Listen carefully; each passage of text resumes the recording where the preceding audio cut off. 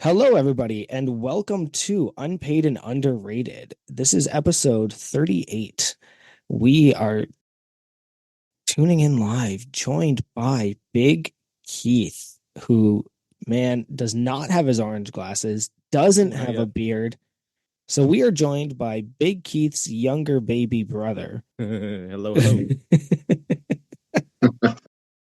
And of course, we are joined by Swimhack this week. What up?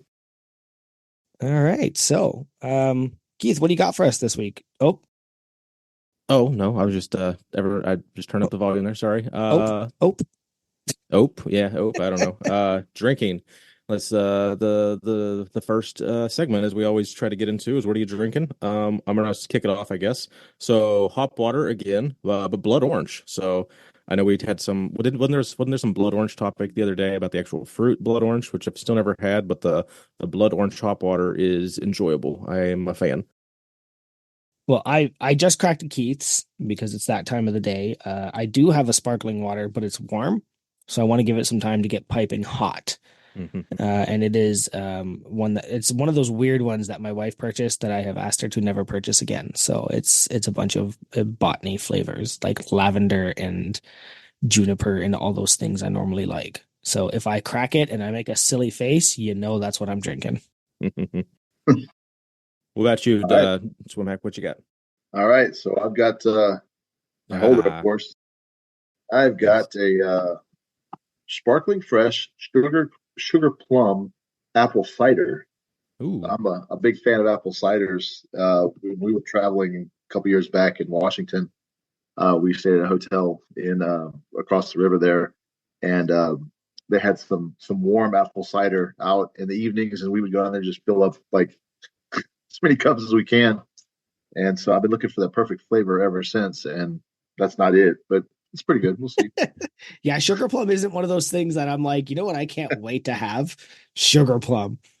I don't think I know what a sugar plum would taste like. I don't know.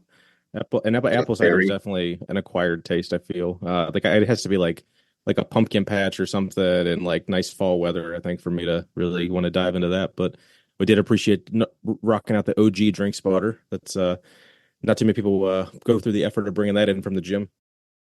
Yeah, it's only like 10 feet, so Oh, I worked really hard for it. can't beat it. Well, he's definitely putting us to shame there. Tonight he's showing off the guns, wearing a which tank top is that there? The old bench Bench heavy heavy. OG, Yep. one of the OG gray black bench heavy tanks. I love that. Yep. In honor of the the total specialist big James. I'm wearing the bench heavy shirt also. In the blue t-shirt. Oh, and he's Oh, rocking wait, we out got some shorts. OG Of lift course. shorts. the OG Of lift Yeah. course. shorts. Yep. I love it. I pulled out a blast from the past. I've got the Lift Hard, Live Evil Oh yeah, that. collaboration going. Again, as mentioned every week, I'm just running out of shirts that fit. So I remember this one had a bit of a bigger blank, so this is the one I'm wearing today. So Now, I'm curious if you guys' closet looks the same as mine. Literally every other shirt belongs in the Massonomics gym. Yeah. yes, sir. Yeah, Yeah, yeah, Crazy. it's part of it the is. reason for this segment is to see how many times we can all like pull something that's different or older out. And I'm actually going through and pulling out all the smalls because I don't fit into small t-shirts anymore. But when I Keep those first, mediums. yeah, when I first joined Massonomics, I was a small and then I was a medium and now I'm a large and now those are starting to get a little small. So I was going through some of those and I'm really sad to say that my Get a Grip shirt is on the chopping block and that's one of my favorite shirts. Yeah, that one's got, well, it's gonna go in a bag because eventually I'm gonna stop doing this. I'm gonna like not keep being big. I'm gonna go back to being a little smaller. So we're gonna keep those Only the shirts, but sure. sure, Yeah, the pursuit of that is strength, it'll a end one day. but that is a running segment and trend, James. Is I think everyone pretty much has at least two full wardrobes of Massonomic shirts in different sizes. Some of us three. I'm not sure if anyone's mentioned. I think someone did say they had like they were actually up to four separate sizes, but I'm at three personally. Sizes. Yeah. There's multiple shirts that I have and that I have duplicates of, and a couple that I have triplicates of. It's just like, oh god. Well, that's the Yeah, Massonomics effect, isn't it? Yeah, but that's it. you want to rep the boys, so you gotta, basically, I have enough gear to wear Massonomic stuff at my 3 different sizes that I've been in the last 5 years. So it Well, kind of is what you it is. join when you're small, and then you learn Yeah. how to get strong, stay Well, strong, and use your User strength. strength. Yep. So now you're getting a once lot bigger, right? Like I once was. Go ahead. well, once you join, you automatically become big. So I mean, Yeah, that's part of the problem. Yeah, there's I no getting away on that. I was I put it out there the other day. I bought the kids shirt for my daughter, Yeah. and I put her in the Massonomics shirt. We went out for I went out for steak, and I brought her and my family with me, and we got her what she normally eats, which is chicken nuggets and fries. Right? She wanted nothing to do with her chicken nuggets and fries. She only wanted to eat my steak. So I ended up having to cut up my steak, and she's going mo mo mo because she's 2, right? That's how she says more. And then the next morning, okay, honey, here's your toast with cream cheese and your berries. And then she goes, Mo, daddy, because I'm eating baked beans and bacon and eggs, and she wants my high protein dinner or breakfast. So I say it's just the Massonomics effect, guys. Like you put their shirt on, and they're like, well, now I got to get bigger. So Saga, my 2-year-old, is like, well, no, now it's time to get bigger. I wore the shirt. Let's go. No, I am glad you specified she says that specifically because she's a 2-year-old and not because she's Canadian, because I never really know, when there's so just for clarity, James, I am Big Keith. I think I've mostly been the one talking to you on the Instagram. And then Joe, so I'm in Rochester, New York, and Joey is in we can't one where Ontario. which yeah, there you go. Okay. I'm in the Just city of for Ontario. clarity, so there's a lot of Canadian. Just him and I live like 3 hours apart, but it's like completely different worlds. It feels like sometimes with the dialect and what we call stuff. So there's always a lot of chuckles with that. Yeah, I bet. So I guess let's go to the stealing topic, since we were talking about what we're wearing. Everyone saw the 2 companies in the last couple of days that came out with some fraudulent, designs that were clearly something that Tommy had made up in the last several years, and they plastered on their own shit. And we've been having some fun with that, trying to get a response from them, or to get them to acknowledge it, or to get them to take accountability. And then basically all they're doing is deleting comments and locking the ability to even comment on posts. So that's kind of some bush league bullshit, and I don't know, do not support companies that do that. But it has been fun having a common enemy. Yeah, you get the whole crew on them and the whole Massonomics team. It's over. That is the plan. And we went after them hard, and even my wife went looking at them. So apparently, Iron Panda, she says, is either AI or not Canadian. She's like, that company either doesn't exist or they don't speak English. So Iron Panda stealing. I'm going to name names. Normally, I don't name names on this podcast, but I'm naming names. They stole the ouch, everything hurts, and all they literally did was just remove the word Massonomics. Yeah, it's just exactly the same. Like they stole that shirt to a T. And I think they didn't know what they were doing. I think it's AI. I think they're not a real company. They're just like a quick buck t-shirt manufacturer. But Like the other one, just going out there stealing images.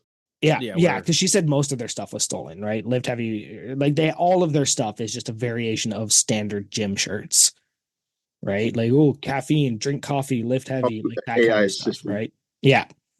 But the other guys, that's they stole the Weekend Warrior, and they not only stole it, like they stole it in a really weird way. Those guys are not AI. Those guys are real. And No. something tells me they knew what they were doing. Yeah. Yeah, so they're actually based out of Rochester, supposedly. Like Head on over. well, no, so I'm Yeah, like, right. and they're supposed to be like a fitnessy kind of related clothing company. If that was true, like I am extremely deep into the powerlifting community. I'm dabbling in the strongman community. I know bodybuilders. I don't really know. I mean, well, even the powerlifting gym that I'm like friends with, like they have CrossFit there too. So like for me to have never heard of this company whatsoever, and they're based out of Rochester, New York, where I live, and they're supposedly have 80,000 real followers. Dude, they got to be buying bots left and right, because that's just bullshit. Because I specifically looked at who's following them, because I'm friends with like at least 500 local community lifters or people that are in fitness in my hometown, and like 3 people follow them. So like, there's no way that they're like a legit, like there's no way they're an 80,000 follower company. Like they would have a bigger local presence if those were real people. In other words, do you know who Keith is? Does anybody really? Like, did you just pull it? Do you know who I am on this No, podcast? I'm in the teasing you. lifting I'm teasing you. in the small lifting community of my city that I've been a part of for a decade, yeah, like I would know who they are. So I just found that very, very hinky. And Very Tanner did what? share with me hinky, Oh, okay. not kinky. I Keep your swear you Oh, said oh, kinky. pinky, like Yeah. pinky. yeah, pinky, hinky, kinky is all the same. Janky. But Tanner did show me a screenshot of like he did reach out to him, the Tango Charlie when they did say, "Oh, sorry, we weren't aware of you" or something to that extent, and then Tanner was kind of like, "Okay, well now that you are, what are you going to do about it?" And it's just left on red. So I Mhm. don't think they're going to respond, and then they just started locking all their posts after that. So I'm excited. I mean, as whatever, if they want to like actually do right by it, good for them. And we won't even talk about it next week. But I'm really excited for a few days to go by when Tanner and Tommy record next week. If it hasn't been resolved yet, they're gonna really lay into them, I bet. So that'll be a fun listen because I don't know, it is not. It's like borderline bullying, but it's not because like you fucked up, so It's you just deserve to get right. called out on it. Yeah, like, Yeah. but Yeah, it's we're nice to too get a sensitive now yeah. I mean, I'm not a it's kind of fun to be part of the mob mentality when it's like when you're actually doing something for for good good, and like for right. Yeah, yeah, you're protecting your friends. So I don't know. I get a kick out of that. But yeah. enough about those scumbags.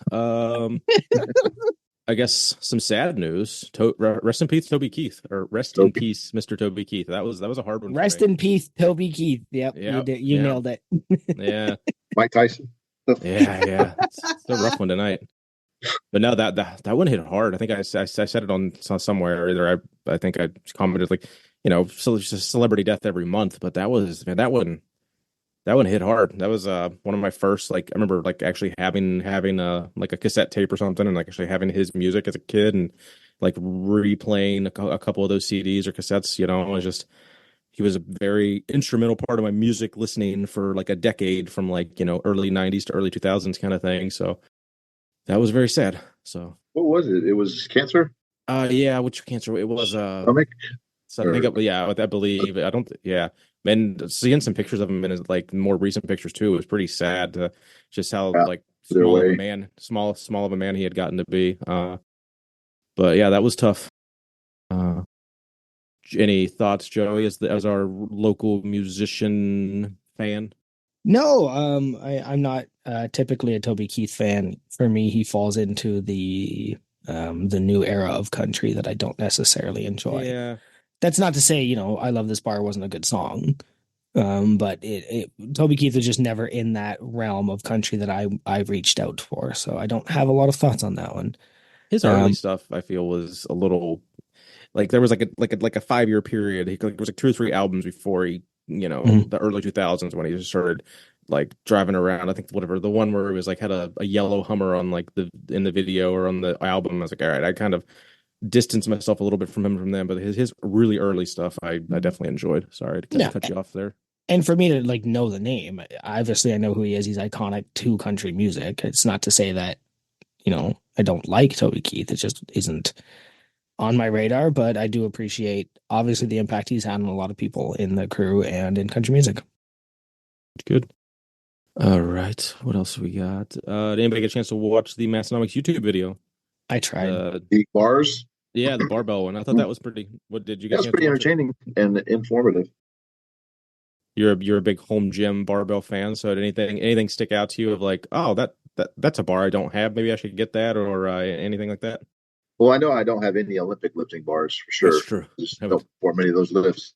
I started before I started powerlifting. I was doing a little more strongman, kind of a gym bro lifts, and I would do clean and press things like that, but nothing like clean and jerk or strict technical lifts like Olympic lifts. So, but that's one thing that I definitely saw. I didn't watch the whole video all the way through either, so I got about three-quarters of the way through, and had to go pick up my kids and stuff. So sometimes I got to cut them that short. is that's 3/4 more than 90% of our guests, and sometimes my co-host ever get. I'm basically the running trend is I watch 99.9% of the YouTube videos with I think last week actually maybe being the exception because it was just it was snippets of the Chicken Bake podcast basically. I was like, all right, I don't need to watch this one. Sorry, guys. Like I listen to the podcast twice pretty much, so I'm good.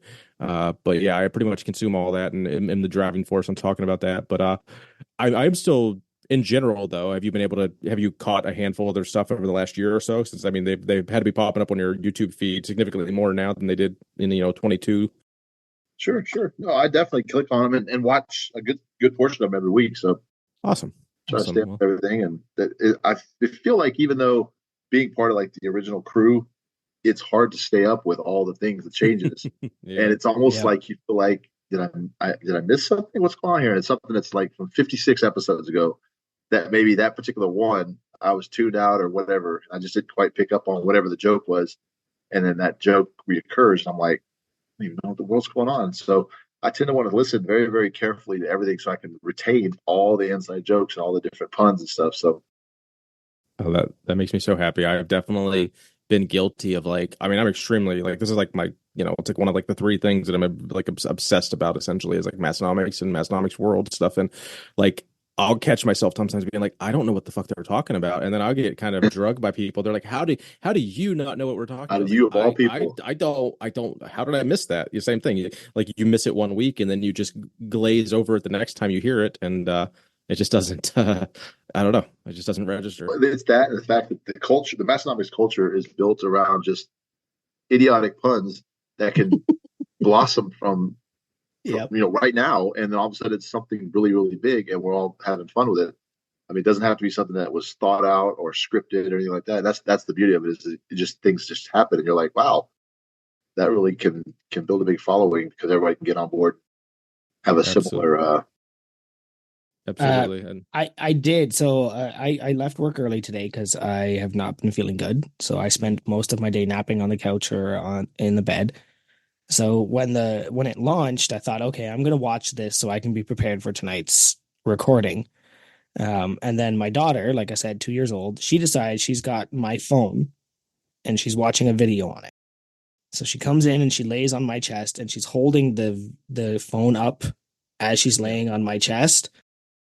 Doesn't she drop the phone on her face ooh, while I'm trying to watch the Massonomics YouTube video? So naturally, everything got put on hold because of a screaming kid who's now betrayed by the phone in her hand. Yeah, so I did not get all the way through it, but I did get to have a good laugh. And as she goes crying to my wife, Morgan goes, what happened? What's the matter? And I'm like, well, somebody was laying on her back holding the phone above her face, and well, gravity took hold. And then that got us both in a laughing fit, which is not nice to my daughter, but at the same time, you live, you learn, kid. Yep, I did that so many times. My wife was like, "Yeah, you get a pop socket." Basically, thing is you hold your fingers in the back, and I have a pop socket now. Yeah, I have a pop socket for that reason now, just because I got sick of my finger having an indent from resting the phone on my pinky finger while I hold it. Yeah, I had a pop socket for probably a good year or so, and I've recently gotten an AI recorder for the back of my phone. So when I'm on business phone calls, it will actually record and then give you a summary of what I was talking about and kind of action items and really some cool stuff. It helps with meetings. We did a big presentation the other day with a new partnership that I've got. I took this. It's called the Plod AI or Plod Note, and it attaches magnetically to the back of the phone, and it picks up any of the sound in the room, and then it'll send it to ChatGPT for summary and transcripts and mind maps and things like that. So it's pretty cool. That is great. So it literally gives you cliff notes of your own conversation, or even like more verbatim than even cliff notes. That's got to be pretty valuable because, like, especially if you're, there's times I even know, like, even just doing this, we'll record for 2 hours and like I'm trying to think the next week because I like to put up like some poll questions when people listen to it just so they can like kind of vote on stuff. And I'm like, what the hell did we talk about? So then I'll have to go back and like reference our show notes. And then I'm like, I know we talked about so much more funny stuff than this, but I can't remember it. And unless I, invest another 2 hours a week to listen to the podcast, it's like the only time it's the only way I feel like I can even interact with people that are freshly listening to it. Because like, it's been a week, man. I don't know. Like we record on Thursday. Somebody, I think one of the Daves was like, Joe, are you talking about this? And I was like, I don't know. Was I? Like, that was a week ago, dude. I don't remember that conversation. Yeah. No, but that's what I try to use it for. that when I can, just because I don't want to be sitting there listening, recording every phone call or conversation I have. But if I'm sitting there having a pretty lengthy business conversation, there could be a lot of aspects that are going on there that I'm not picking up on, and this thing picks it up, translates it. I can read it 2 hours later after the meeting. Go, I had no idea that's what they were talking about, and it just makes sense now. And I can Very even smart. ask questions against it, stuff like that. So it's pretty cool. We're going to get lucky, I think, because Apple's going to start transcribing for us. So we will have transcriptions after we post, and then eventually, I think Apple's also going to help us upload to YouTube. So you mean the podcast? I thought you meant like we, like all humans, are going to get their stuff transcribed. Yeah, at first I so thought you were talking about like iPhone or something. Like in general, no, I was talking about just the podcast transcriptions. Yeah, because I know I get some text messages from Apple. I have Android, so don't kill me if you are Apple people. But I'll get text messages through iPhone to my Android, and it'll actually have an option to transcribe it. I'm like, heck yeah, I'll just sit there and read that. Or not transcribe it, but it'll like turn it into audio. Oh, I gotcha. Okay. So voice to text or text to voice or whatever. Yeah, that's dope. Which is funny because like when I get a voicemail, I don't want to listen to it. I just want to read the transcript of it. Hell no. Right, what are the bullet points from this? If you phone me and you get my voicemail, it's literally me going, it is 2023. Don't leave a message. Just text me and I'll call you back. I'm not going to listen to this. I'm telling you that right now. Half the time it's, call me back. Like, what? Yeah. Hi, we have a great deal for you from this furniture company. Who the fuck are you? Hit me off your list. Yep. I get scammers all the time, and I have fun with them too. They call me up. Well, the wife and I typically were like, "Oh, hold on, let's get this," and we'll answer it, and they'll start asking us like for car insurance or whatever it is, or extended warranty, and we'll say like we have a 2002 horse and buggy or 1901 space shuttle or whatever, anything stupid, and then they end up hanging up because they're like, "I'm not gonna waste my time with this." I get so up here we get that our social insurance number has been compromised. And in order to avoid arrest, we need to get on the phone and talk to somebody. So I'll get on the phone and I'll pick it up as Christopher Walken, or I'll pick it up as Bane, or I'll just start doing like silly voices. I'll tell them all the time. My postal code is LOLOLO, right? And they're Googling it as they're chatting. And they're like, "Oh, nice try, buddy," and they hang up on me. So, but I've also learned that the more you pick up, the more that gets you auto dialed again. So I just and this will be a perfect example of Canadian versus American lingo, because Joey just said social insurance number. What would you call it? Yeah, you guys have a social security number, I think. Yes. Yeah. Ours so is we call it security. They call it insurance. Interesting. Yeah, ours is a SIN card. Interesting. And you never give it out ever up here in Canada. Yeah, never. You never give that to anybody. And if somebody asks for it, you slap them in the mouth. Right. Yeah, so like doing my job or do credit checks and things like that. And, generally go ahead. I was just say, if you just want to go ahead and put it in the chat for me. Nice. That was good. That was good. Yeah. Normally, and like doing my job, we do credit checks and stuff. So if somebody doesn't have the proper stuff, I will say to them, like, I can accept your social insurance number, but I don't want to hear it or see it. And I will turn my computer around and allow them to type it, because it is just like, it's just one of those things that you don't give out and talk about. Right. So, and people they're like, "Yeah, here's my card." I'm like, don't get your card out in public. Are you insane? Like, oh, wow. Mine's been in a safe for like 25 years. I don't think I've even looked at it outside of maybe going to go get like a passport or something like renewed. Maybe. I don't even know. Yeah. So we got a little bit of Home Gym Con update. Not really, but there is a chance Massonomics will be at Home Gym Con. I'm not sure. Are you familiar with Home Gym Con, James? I'm not really, no. So it's basically like Comic-Con for home gym equipment. Like similar to like the Arnold, like a significantly smaller Arnold, but like every booth is gym equipment. And it's in French Lick, Indiana. So it's kind of it's a decent sized convention hall for what it is. It's in the middle of nowhere, so it's kind of a pain in the butt to get to, depending on where you're coming from. But it's cost effective, so it kind of is what it is. But I went last year, had a blast. I'm going back this year. And there's a small chance Massonomics might make an appearance, which would be awesome. But they had mentioned that on last week's episode, so we'll see. So Yeah, that sounds like it'd be good for him. yeah, I think they'd be able to get great content, even if literally, I mean, there's a few big names typically there too, so they could knock out a couple interviews. They could they could take care of podcasts. They could get a ton of YouTube content. They could probably get 3 or 4 videos out of it. So I would think it would be Go awesome to be set able up to a make. booth and sell. Yeah, that's well, I think they want to fly in for this one just because it would be I don't know how many people, I don't know how many shirts they would sell there versus, the amount of money it would cost them to get there versus what they would actually make because it's such a smaller crowd, but just the exposure they would get to like all these new people and just Yeah, I think it'd be more of a they for can a just get con. their I think it'd bodies be more, there. They'll be all yeah. right. Yeah, I think it'd be a better for content, and they could always have set.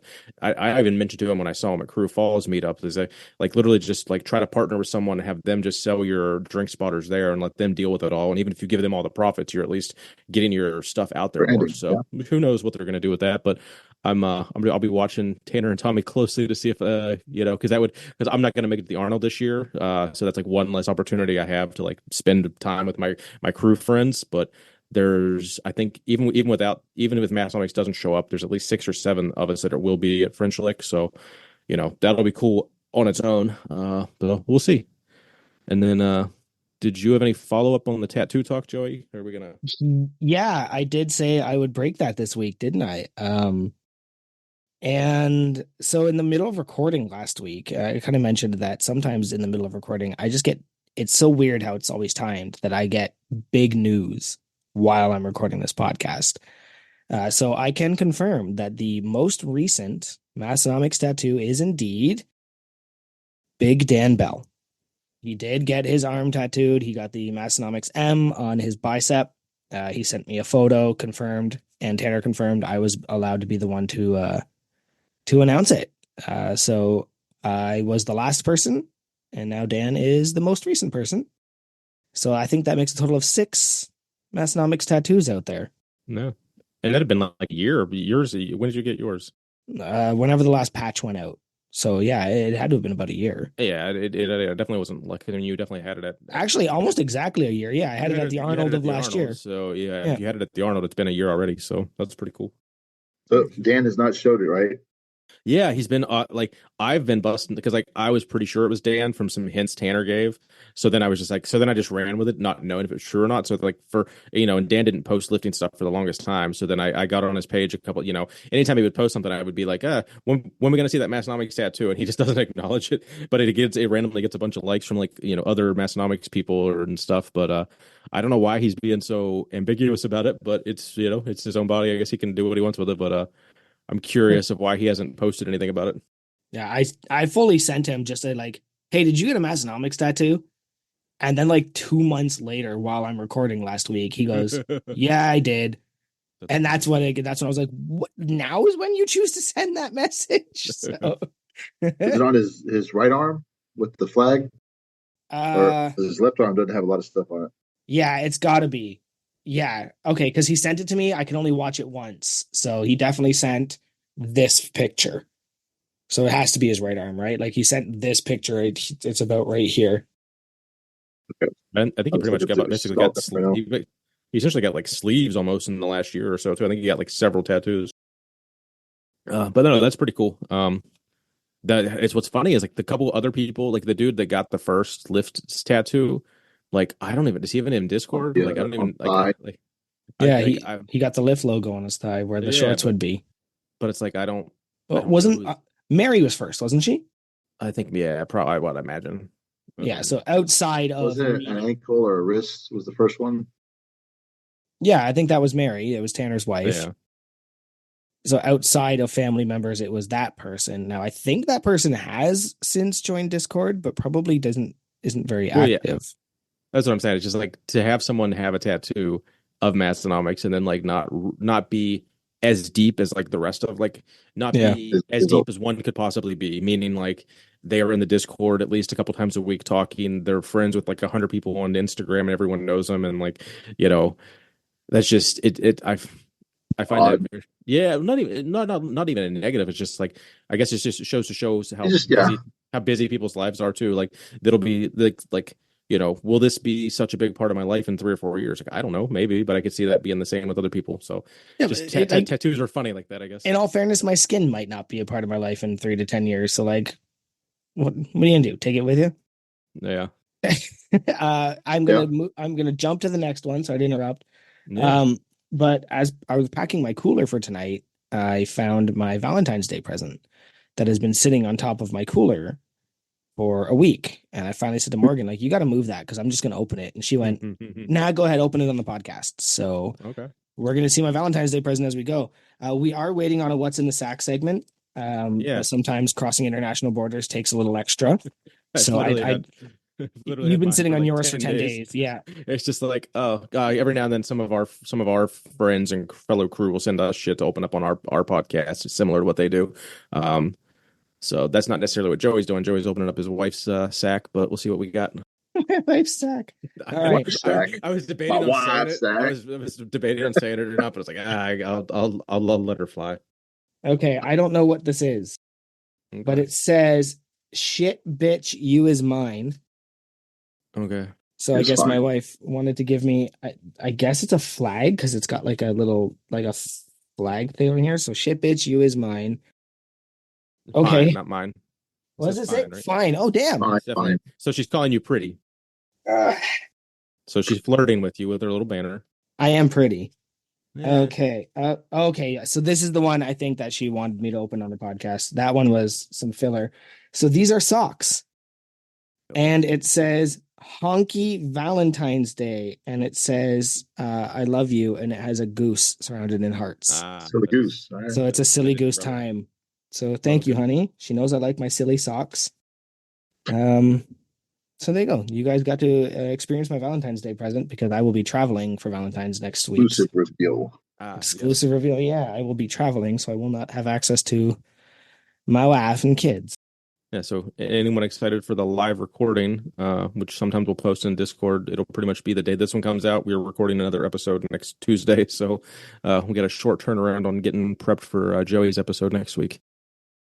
Not this Joey, the other Joey, but yes. Yeah, other big Joey. Yeah, other big one of the Joeys. Let's see. Okay, I think let's do the so we're gonna move into our segment right here, James, where we rate last week's episode. So last week's episode was with Big Curtis, the Kurt Locker. So I guess I'll kick it off. I enjoyed it. I'm friends with Kurt. Met him actually. Well, I met him at the Arnold at Home Gym Con last year, so I've had a decent amount of rapport with him.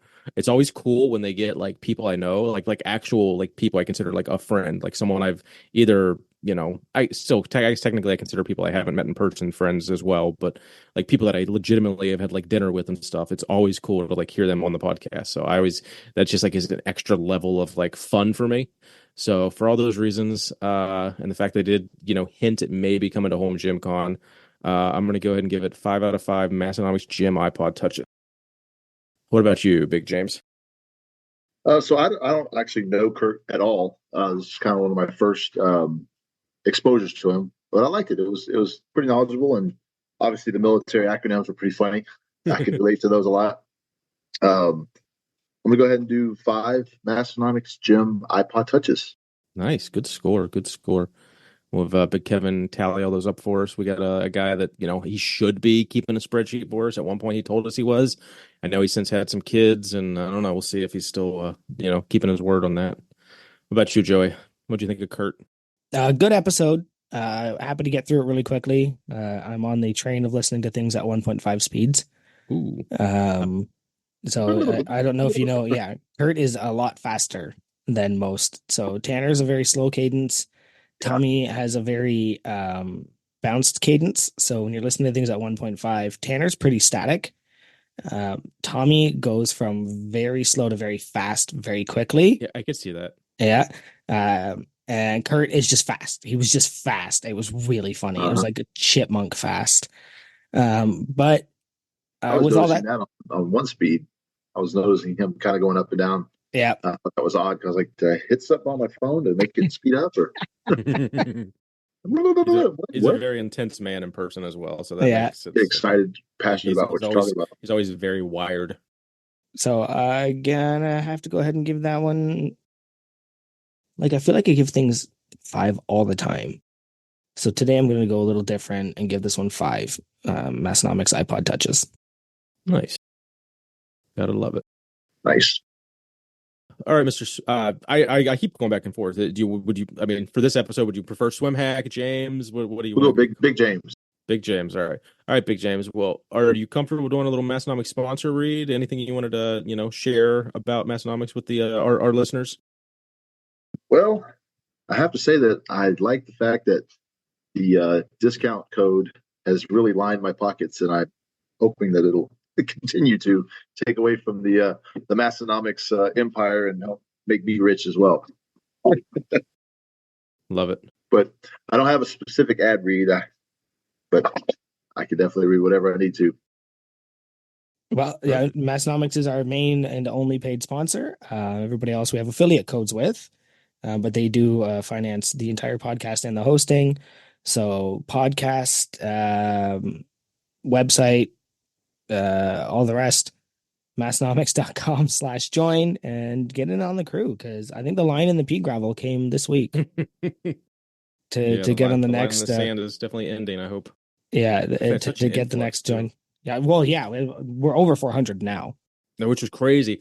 I think when someone actually hit the bot, it was 406. I was like, oh, damn it. I wish someone hit it like one sooner. So it was like 405. Like that would have been a cool, like we actively have 405 supporting members. Like that would have been a cool thing. Well, we hit the 400 and then somebody joined immediately after at 401 and they were like, "Aw." Like they got kind of sad. They were like, "I missed it." I was like, "Yeah, a little." All right. Well, I think it's we got all these looky lures on here on the live Zoom. We can kick out and try to get our big guest, our guest Big James on the horn. So let's see if we can do that. What's up, guys? Hey, welcome to Unpaid and Underrated. You are live. We're gonna just jump right into it. Like we don't want to miss any gold. We don't want to talk bullshit for 45 minutes. We want to just jump right into interviewing our guest. All right. So I did a little bit of a video today on our Instagram, and it's been doing pretty well, where I asked people specifically, like, what are some of your favorite moments from the last 40 episodes? And I think one of the common answers that we got was people really like to hear what brought you specifically to Massonomics. That was a very common answer, is hearing everybody's silly goose origin story. So yeah, tell us about like how you found them, how they found you, and exactly how this relationship has been fostered. So, if I remember correctly, it was at the animal cage at the Arnold one year. They were just coming in and doing interviews, and they knew who I was. I had a little bit of an inkling of who Massonomics was because I think I'd heard it a little bit here and there on Instagram and whatnot. And when they came over and did the interview in the cage, I got to get know a little bit more about the guys. And at that point, I was like, okay, these guys are really legit. They got a whole business plan out. The brand is just unique and different. The podcast was unique, obviously, and it really is the podcast about nothing. But I enjoy every minute of it. I mean, I enjoy the puns, the inside jokes, all the things that even like with the old Slim Jim marketing, you pay really good money to get that type of branding. And for us to kind of have that organically is a very unique thing. So just seeing that and getting on board with that, I wanted to support those guys from the very beginning. And likewise, that worked out really well for me because they could send me some cool shirts. I did not mind repping that for them. Flags in the gym, and it really makes the whole gym just come together. So, okay, it's a status symbol. It is a status symbol, and aside from some of that kind of joke, I think it was like it was mini action last week that was like, are you over 35, have disposable income, and like to lift in your garage? Well, you're probably listening to Massonomics or Unpaid or Underrated, and I think that was pretty funny. Yeah. But I want to touch on something that you said there, and I think you're the first person to bring that up. The Slim Jim thing. Yeah, I don't know. It's been so long since I've heard about that. Can you expand a little bit on that? Because I think that there are some people that are listening right now that have no clue, and even only I'm vaguely aware of it.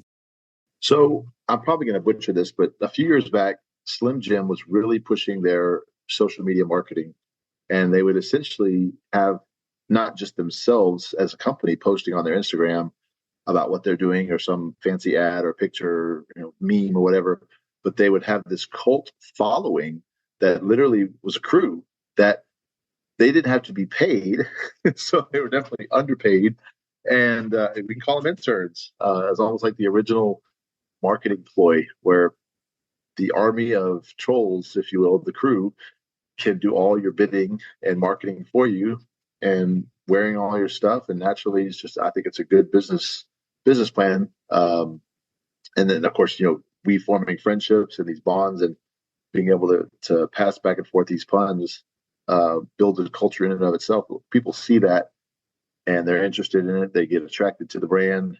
Then we can introduce them to that. Oh, that's kind of cool. It's a beer parodies. No, okay, lifting. Okay, two things that go together. And even like myself, I'm not a huge beer drinker, but I will rep these flags and all these logos to the end of the earth. And people, sometimes I have to be careful. Obviously, like I can't go to a school with like it looks clearly like a Coors Light shirt.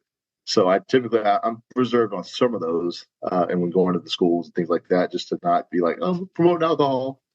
But the underneath message is pretty fun, and it really does represent that you can be a serious lifter, you can be a novice lifter, but we can all just have fun with this. Mm-hmm. So I really like that message. And if I recall, I think there was a brief time where we were tagging Slim Jim in a lot of Massonomics posts to try and get them to come over and join us. And I wonder if it's time to start doing that again. I don't see why not. Yeah, let's get something's going to work. Yeah, Slim Jim, they're going to back out of WWE. Let's bring them over to Massonomics. Let's back the horse that's not going to fail. All right. Yeah, it's definitely true. And there was a quote I saw recently. Somebody said that in order, you can't become the person that you want to be. You need to cultivate the garden that brings the things to you that you want. And I think that that's kind of what Massonomics did. And I think that like just by being themselves, man, they brought us all in, and we're all just here to have fun. And so if you get a chance, go check out that reel and just see all of the shared experiences that we're all having from former guests of this podcast, future guests of this podcast, just people that have had so much fun doing this with us. It's all because of what they've done there. So thank you for that.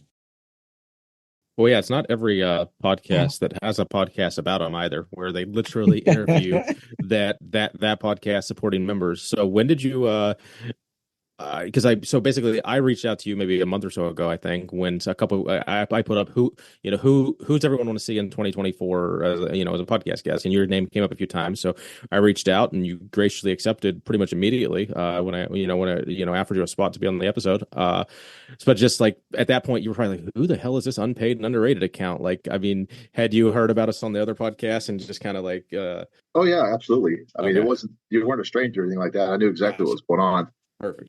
So yeah, because sometimes it's daunting. It's like just like randomly texting people, it's like, or DMing people. It's like, oh god, this that at least people knowing of us a little bit, definitely makes it easier. And I think the longer we keep this going, the easier we'll keep getting some bigger names on too, hopefully.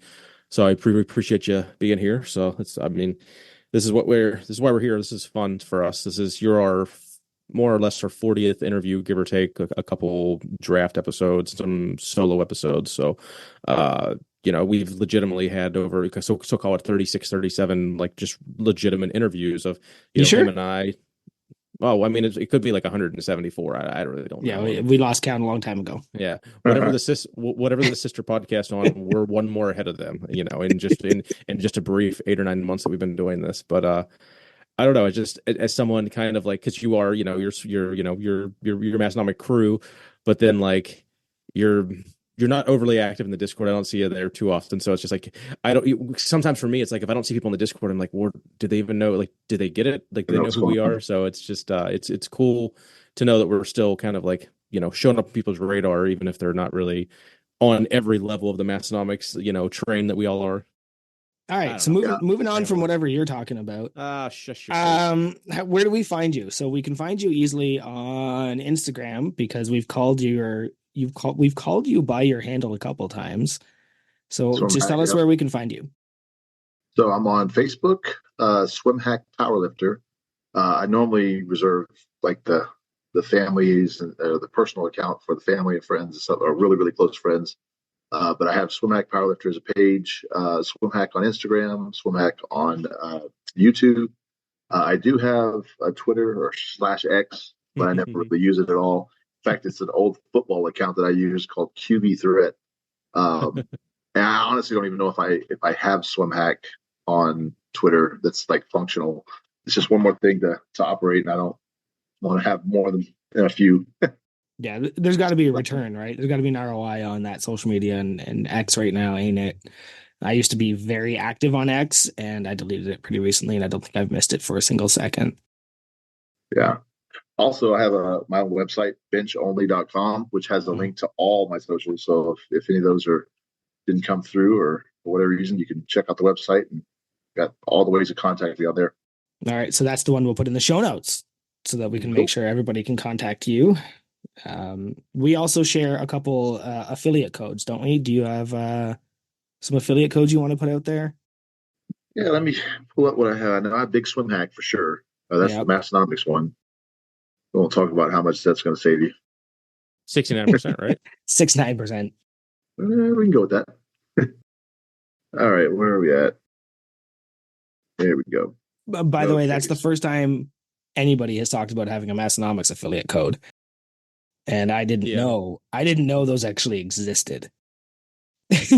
So I think there's a couple out there. Can I use those all the time? Or are those first use only?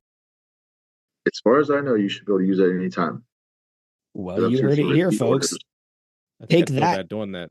Take that, Tanner's wallet. I accidentally used like a returning customer because I had something in my cart, and then I just kind of like sat on it for a couple of days, and then it just got like an automated email from them, and then it was like, yeah, you here, use this to get another 5% off, and I did it, and I was just like, oh, I kind of feel like a dick doing that. So, especially like as much as they give us, but yeah, definitely help honestly help never James out. Now, please use mine, but I personally have never used a promo code with Massonomics. I've always just said, you know what, I'm going to pay full price. And they've sent me some pretty good ones, significant ones. Let's just put it that way. And I went in there and I was like, nope, no way. Not going to happen. Nice. So, plus, I'd rather have the screenshot that showed I paid the most. That's what's important, right? Well, that's a stand-up thing to do. Well, we appreciate you taking care of them like that, because that's most people would kind of work the system like that. So which I kind of did myself. So not my proudest moment. Oh, sorry, I think I cut you off. Did you have any? So we have what do we have? We have Obsidian Ammonia, Barbell Rescue, Home Gym Con, and what am I missing? I'm missing Plate Snacks. Plate Snacks, yeah. So those are so use unpaid for any of those you guys want, and then But yeah, let's see what else we got. So you are you're currently a web designer by trade, or you're a jack of all? I feel like I'm trying to get a handle on what your current activity of day-to-day work was very difficult. Not so share as little or as much as you want about your current work. I know you had. I think you had a business or something. I believe, right? So I have a website that I created, beyondbenchpress.com, and you can read all about all of my philanthropy work, my volunteer work, businesses that I'm partnered up with right now, my AI consulting. I'm an AI consultant because I'm essentially an AI expert when it comes to LLMs, all the data mining and just the machine languages. I've been a programmer for years. So web design is my bread and butter. I've been doing that for 20 years. Okay. That's what honestly kind of just pays the bills and has for a long time and allows me to lift, honestly. But I've started a recent partnership where we do AI smart detection through security cameras. So if somebody's like hanging out with a gun outside of the school or building or warehouse, whatever, or fire breaks out, crowds are forming, all these different things can be picked up in the analytics. And we sell that to companies, school systems, anywhere that's needing security. And that is a huge, huge industry. We're basically a startup. So, and that one's called JJP Solutions. And we're working with a lot of big energy providers, things like that. So that's going to be probably taking off here pretty soon, a lot faster than we expect. But that's probably my daily energy goes to that more than the website even right now, even though I obviously have websites that I'm building and coding out, working on software and stuff like that. So, but other than that, that's the two main things I got going on right now. That's awesome. So did your years of being a pretty rowdy youth, do you think you would have gotten caught by your own AI if you were a kid today Oh, with we some have of the so many stories. Yeah, Sure. I did. Your wife and your mother both shared a couple of very similar stories that we will get into. We don't have to get into it now. It was just more of it was a funny segue of like, I try to always get one or two good segues in a week when I can because it's so hard to just like, I don't know. Even doing this for 40 weeks or well, yeah, 40 weeks is still like, how the hell do you do a podcast again? It's like, What? Does it have Well, anything I to do with mean, throwing chairs at teachers?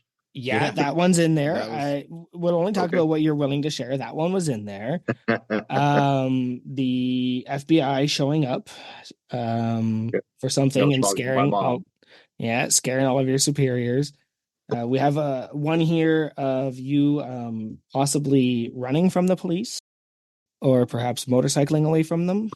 Yeah. Oh yeah. Okay. Yeah. Is So Yeah. there any specific one that's kind of funny that you wanted to share in somewhat detail? Don't feel what you do. But like I said, this is a comedy podcast. So if any of them actually ended amusing, feel free. But if any of them are actually like traumatic and like don't I don't want to dig up any negative things in your life if you don't want. I don't know if I really say they had like a humorous ending to them. The motorcycle and the police definitely did not. The chair and the school, I don't really remember back then. I do remember going to the principal's office quite a bit. Definitely a rowdy young man. Grew up without a dad, just didn't have that discipline. Um, Not to get too sappy here, but that's you need that growing up. As far as what I'm concerned with is that you need to have those positive male role models in your life. So I do spend a lot of time volunteering to kind of bridge that gap in schools. So Oh, that's Yeah, outstanding. Yeah, that's a big thing for me, right? Is that healthy masculinity and stuff like that. So, that's a big thing that anybody wants to chat with us about, feel free to message me or I guess also message Swimhack, but that's a huge thing for me as well. now it is one of those. Is Men on Campus one of those things that you were talking about? I did a deep dive one of your personal Instagram or your personal Facebook and found a couple of different. Okay, I can talk about this and this, but Men on Campus stuck out to me as a thing you were involved with. so long story short, when I went in as a kindergarten dad, my wife and I walked in. We wanted to be volunteers, wanted to be PTA parents or parent teacher association. So it was parents and teachers are teamed up to essentially provide the kids the best advocacy and just be able to provide for the school. Sometimes financially or just their time. And so I noticed there was a big lack of dads or fathers coming up, and just I felt like, okay, I want to be there for my own kids. I didn't have that growing up, so I did that for probably 2 years by myself at this one campus, and noticed that the dads just didn't want to. And I'm like, well, what's going on? Like, I know you care for your kids, like, and I need you. Why are you not coming up? Well, I'm too busy. Well, I'm busy too, but I'm making this a priority. So now I've made it my mission to promote that engagement and going into about 67 schools here in this local area. We have a big district. We have 90,000 kids, and most of the schools now have a Watchdogs program. But when I first started, there was maybe a handful that had it, and I made it my mission that every school out here would have one. And by going into these principals' offices and kind of introducing myself and getting in there, a lot of them would kind of slam the door on me because they were like, who's this random guy that's trying to sell his program or whatever it is, which I wasn't selling. It was all for free. So instead of going in there like with a personal brand, I had to kind of create almost like an image. Okay, this is called Men on Campus. This is what we're doing. Get them comfortable with it.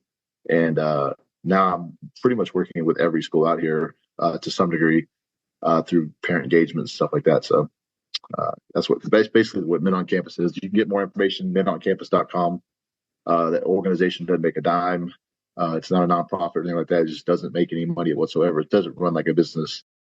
So That's awesome. appreciate it. Yeah, Joey is the dad out of the group. So I figured I mean, I appreciate that immensely also, but like I know that probably hit a little closer to home for Joey than me. Yeah, being asked to accompany my son because my son has some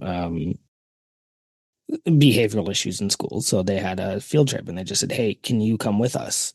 I was like, "Yeah, absolutely. Like I would love to go with my kid on your trip."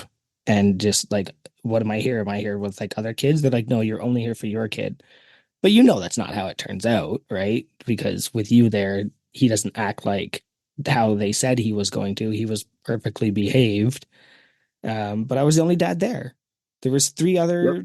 three other volunteers, and they were all mothers. And I was just like, really? Like, this was the highlight of my week, and there's the highlight of my kid's school year, and I got to be there. And like, it's just weird that dads. I understand because I think that there's this idea that like I also work full time, and my wife is a stay-at-home mom, right? So I guess the idea would be she would have more time to do that kind of thing than I would, but then I made time. Like that's just Mhm. how I did that. They were like, "Can you come with us on this day?" And I was like, "Yeah, I will make sure I'm available that day." And Yeah, so that's yeah, good. And definitely a thing that more dads need to do. it's a little bit of a step, and it's sometimes jumping off the edge of the cliff for some of these guys. It's uncomfortable. It's not normal, or at least right now, it's not normal Yep. to be in the school system or to be around and be engaged. And it's almost frowned down upon in some circles. And so I'm just using my platform, which being a big, strong guy, burly, this kind of rough and tough look. Hmm. Hey, if I can do it and I'm cool enough to do that, then it's not going to take any cool points away from you. Yeah. What's your excuse? I have three different businesses and I have this and I have that. I have a family. I still make time. What's your excuse? Yep. So it's just advocating every day to, if they see me there, not just the kids, but even the other dads are like, why is this guy able to go into school and just hang out? Like, I want to do that too. Well, they start asking questions. Hey, I see that you're up here all the time. How can I also get up here? So then they start coming in. So it's a snowball effect. It starts off slow, typically one or two guys at each school, and 10 years goes by, and now you have 20. It doesn't grow fast, but it's better than zero. So Hell yeah. Anyway, that's the sappy stuff out of the way. We do like one sappy thing a week. when's that? There it is. It's usually around parenting or something that I'm all about. Something not So Massonomics. yeah. There's usually something. Um, you go ahead, Keith. You choose the next topic. We ran that one. No, you're good. So your nickname is JP. I'm assuming you got is there a middle name P or where's the P coming from in JP? James Paul. Okay, well, there you go. That was a simple enough one there. We've had some really funny nicknames over the years, or over the years. That sounds right. But JP. I didn't know if there'd be much of a story with that one. So in general, well, let's see. There's so many different directions we can go. Okay, so let's ask the big overarching question that everybody has been begging us to ask. Okay, it's been on everything. Did your rat tail help you swim faster? Nice. Like, did it No, work like a no. dorsal fin or like a rudder? Like, was it helpful to you in your swimming career? So I didn't technically have a rat tail. What I did is I shaved my head like super, super high. I got this super high and tight, and I left like a mohawk for like the last inch or so. And so as a swimmer, it looked cool going through the water because it was this mohawk going on. And what I ended up doing was growing the bangs out super, super long and having the back cut. So it was the stupidest haircut. So I was jumping off the starting block one day and it like rooster tailed to where the back of it was like my bangs were brushed back as a mohawk. So with no hairspray or anything like that and coming off the starting block, it looked like a rooster. Just That's awesome. That's about the only thing close to a rat tail that I had while swimming. Now I did have a rat tail when I was like like a little boy. And I remember having like this just I don't know, maybe 2 inch rat tail that came down 3 or 4 inches down my neck. Yeah, That was the style, I guess. So I I was had one just too. on. Yep. Yep. There's Now no you tell them judgment the front. here. No judgment All here. good. Spikes on the top, rat tail on the back. That was the way to do Yeah. it back then. Yeah, I definitely think I had a rat tail when I was like, I don't know, 5, 6, Business 7, in front, party in the something back. that real. Yeah. So you mentioned swimming. That's the swim hack is literally your name. So I'm assuming you were a competitive swimmer. Was it just throughout high school, or did you do anything in the military or in college with swimming involved? So I swam extensively in high school, and I did club swimming, which was like outside of school. I was on a extracurricular team, and we were able to compete at the state level, national level, all over the place. Even the Olympic trials for that particular like swim league, you could go to the Olympics and go that whole route. I never went that far. I did pretty well though. I was always in the national, championships or right there on the podium. Still try to be on the podcast. So who was a better swimmer, you or Eddie Hall? I Because mean, let's be real. he has a pretty big claim that he was a elite swimmer as a youth and like would have made the Olympics and blah blah blah. I think if I remember. I think we just need to look up the times because we can compare actual times and then ages and really have apples and apples versus it being I could beat him, he could beat me, that kind of thing. I mean, he's obviously gotten the world's strongest man title, so I can't take that, but he also doesn't have more than a 585 bench for reps. So if we want to get ugly about it. All right, so we'll go ahead and mark that down as James is the better swimmer, and I'm not going to argue against that. All right. And possibly better bencher. Well, I would say 100% a better bencher. I would not say possibly on that one. I know. I would say I just don't know who Eddie Hall is. I don't know who you're talking about. So. Oh, Jesus Christ. That's another running joke. Joey doesn't know who anyone is. Did you play any other sports as a youth, or was it just like swimming was the only thing that really caught your attention? You seem like you'd be like a good football or baseball player.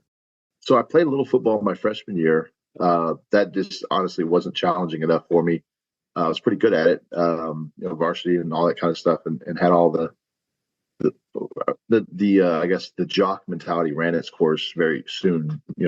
Seventh, eighth, ninth grade, I was like, okay, I'm done with this. I really don't care to be the most popular person on the field or in the gym or anything. I didn't lift weights. We were doing a PE class one day, and I had to swim 8 laps before we would jump into the diving board. That's where everybody wanted to go to the diving well and play on the diving boards. But in order for it to qualify as a PE credit or PE class, you had to do some exercise. That was swimming like a 200-yard freestyle or 200 yards or 8 laps in the standard pool. And I was always the first one out by several minutes. Oh, and the PE teacher and the swim coach took notice and was like, hey, you want to spot on the swim team? And I went, there's no way you're making me wear a Speedo. And he was like, that's all right. You would have been beaten by the girls anyways. And I went, oh, yeah? I was like, no. So he's like, yeah, I got a girl right here that's literally coming out on the swim deck. She's about to do a 50 free, which is there and back. It's a sprint. And if she beats you, you join the team. If you win, you can walk away if you think you're so fast. And so he knew how to challenge me, that's for sure. And being a little cocky little freshman, I was like, sure, fine, whatever. I had shorts or something stupid. I didn't have a Speedo. I didn't have what I needed to swim fast. I had shorts, I had pockets, and it caused a lot of drag. I lost. How? What was that? So was she out in the diving board minutes before you also, or was it was it somewhat closer? No, she was on the swim team already. She was a junior Olympian. Oh wow! That was already on the swim team. Yeah, so he put me up against like the fastest girl in the state, and I'm like, oh yeah, I've never swum before in my life, and oh, yeah, I'll beat her. And she just whooped the pants off me. That's great, literally. And then you did actually begrudgingly join from there on after, or did you kind of did it take more persuasion? No, that was pretty much it. I was like, okay, I'm a man of my word. If I told you I would join because I lost, joined, and next thing I know, I'm most improved freshman. I got some accolades and things like that, and went to state, and was a natural swimmer. And so I just kept getting better and better and better, and I started to enjoy it more than like football. And so I ended up quitting football because I was like, this is stupid. I mean, I'm running around hitting my head. Which fast forward to 2010, I went back to football and had an NFL tryout with the Carolina Panthers, and oh, wow. Had a free agent draft that I kind of went through with combines.com, and was looking at a pretty serious shot at the NFL. So What was what position were you trying out for? I'm gonna guess offensive guard or defensive well, tackle. so I was 240 pounds when this Okay, kind of wild hair so yeah, struck me, and I was like, fullback. okay, that's a either fullback or a Yeah, linebacker, and gotcha. I knew that the stats for like the testing and the agility drills and stuff like that were going to be super fast for a smaller guy. And so I was like, well, if I go out for like defensive tackle, I would be 60 pounds underweight, but I could hit all of the agility drills with flying colors and look better essentially. And it was, pay as you play kind of tryouts. And I ended up going to the regional level and getting top place the first year. And they said, all right, we love your bench press test, like 40 reps or something for 225. Sub 4 on the shuttle. My 40 was like a 4.7 Oh, that's pretty ish. quick. That's pretty damn quick. And I was 260, I think, when I did that. They essentially said, look, you're undersized. Like, we can't move you to the next level, which would be the national combine, unless you're 302 pounds. And I was like, okay, I'm 260 pounds or 250 pounds or somewhere in that range. I'm not going to gain 60 pounds or 40 pounds Yeah. overnight. And so I was like, okay, this is a waste of time. And they said, well, there's a serious chance that you could make a practice squad somewhere if you just do this, and you'll have to come back next year and do the tryout. So I took a year off, and I talked to the wife a little bit about it. I was like, hey, this is an actual shot at making the NFL. And I was like, this is not normal. And I'm a swimmer. I'm like, I don't play football. I don't really know the game very, very well. So I kind of faked it until I made it. And I went out and played a bunch of semi-pro ball and did some other things just to kind of, check all the boxes and get a look anywhere I could. Um, but the next year I went out and did pretty much everything better and faster. And I was 295 pounds. Oh wow. Ran a 4.61, I think it was. I have all the numbers written down. I have videos and stuff. Some of my first combines are actually on YouTube. So if you guys are listening, you're interested in checking out the YouTube channel, the Swimhack one. I've got a lot of my NFL combine footage on there from 2009, 2010. So, but yeah, I ended up coming back for that national combine the next year, and that's when I picked up an agent, and Carolina Panthers started taking a liking and an interest, and they were like, "You need to go get some game film if you want to be on the practice squad."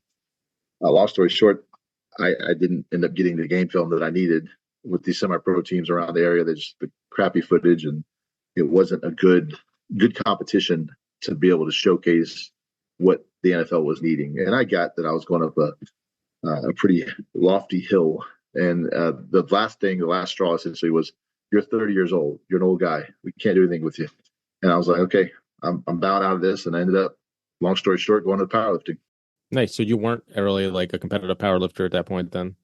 Or Nope, not at weren't? all. Okay, I okay, was that's just all. lifting in the gym, and YouTube, I posted up. I mean, I started to be a little more on YouTube at that point. I was definitely not where I'm at now.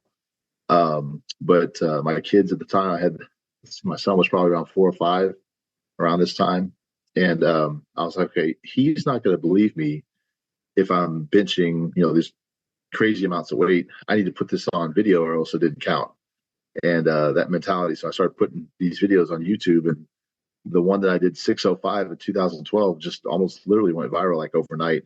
And people were calling me out, trolling me. And next thing you know, they're like, you should really get into powerlifting and actually get the record. If that's really what you're lifting, they were calling me out, fake plates and all that stuff. Mm-hmm. So I just took the bait and ended up turning the trolls ammunition on themselves, and ended up getting into powerlifting and broke the Texas state record my first meet. And 6 months later was knocking on the door at 600 pounds. And it took me a good solid 2 years to break through 600 pounds.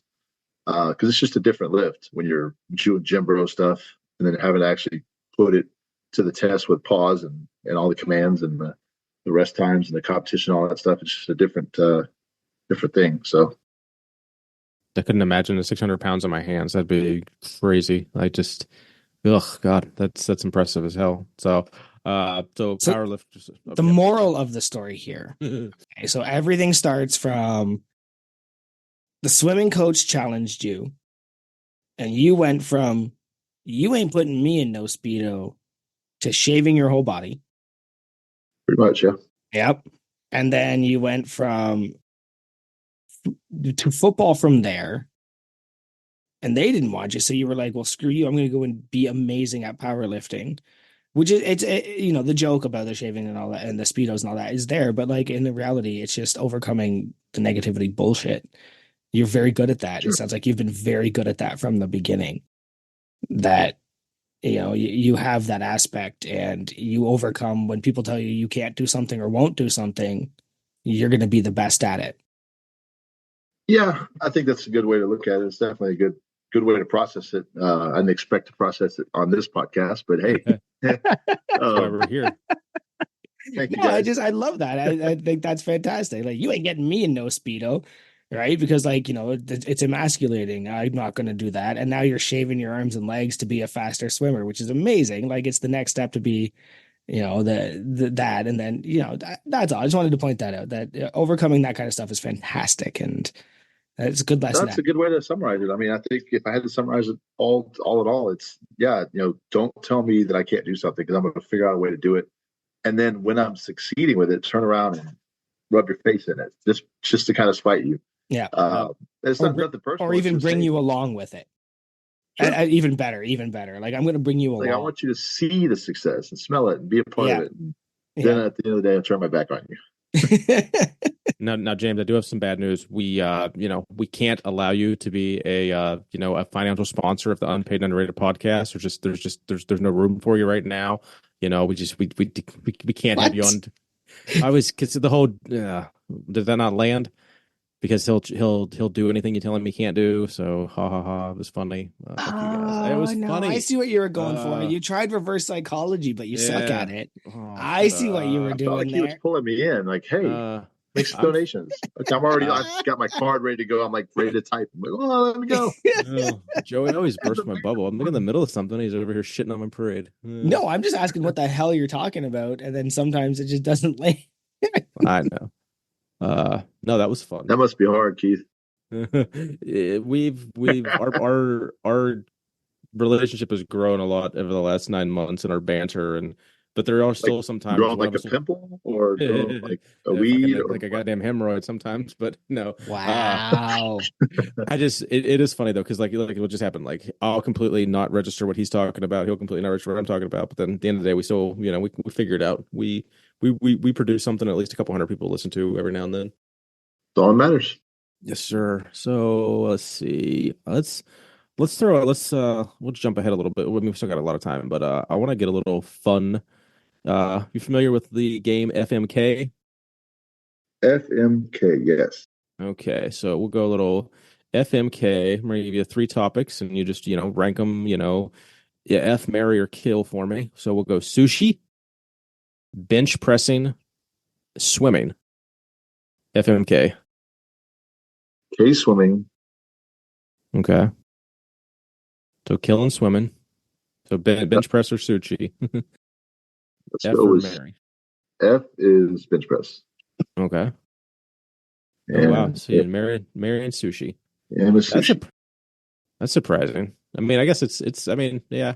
Did you expect the sushi to be the F? I guess. Well, because would your answer have been the same a couple years ago? You think, or do you think post medical your medical issues with the stroke?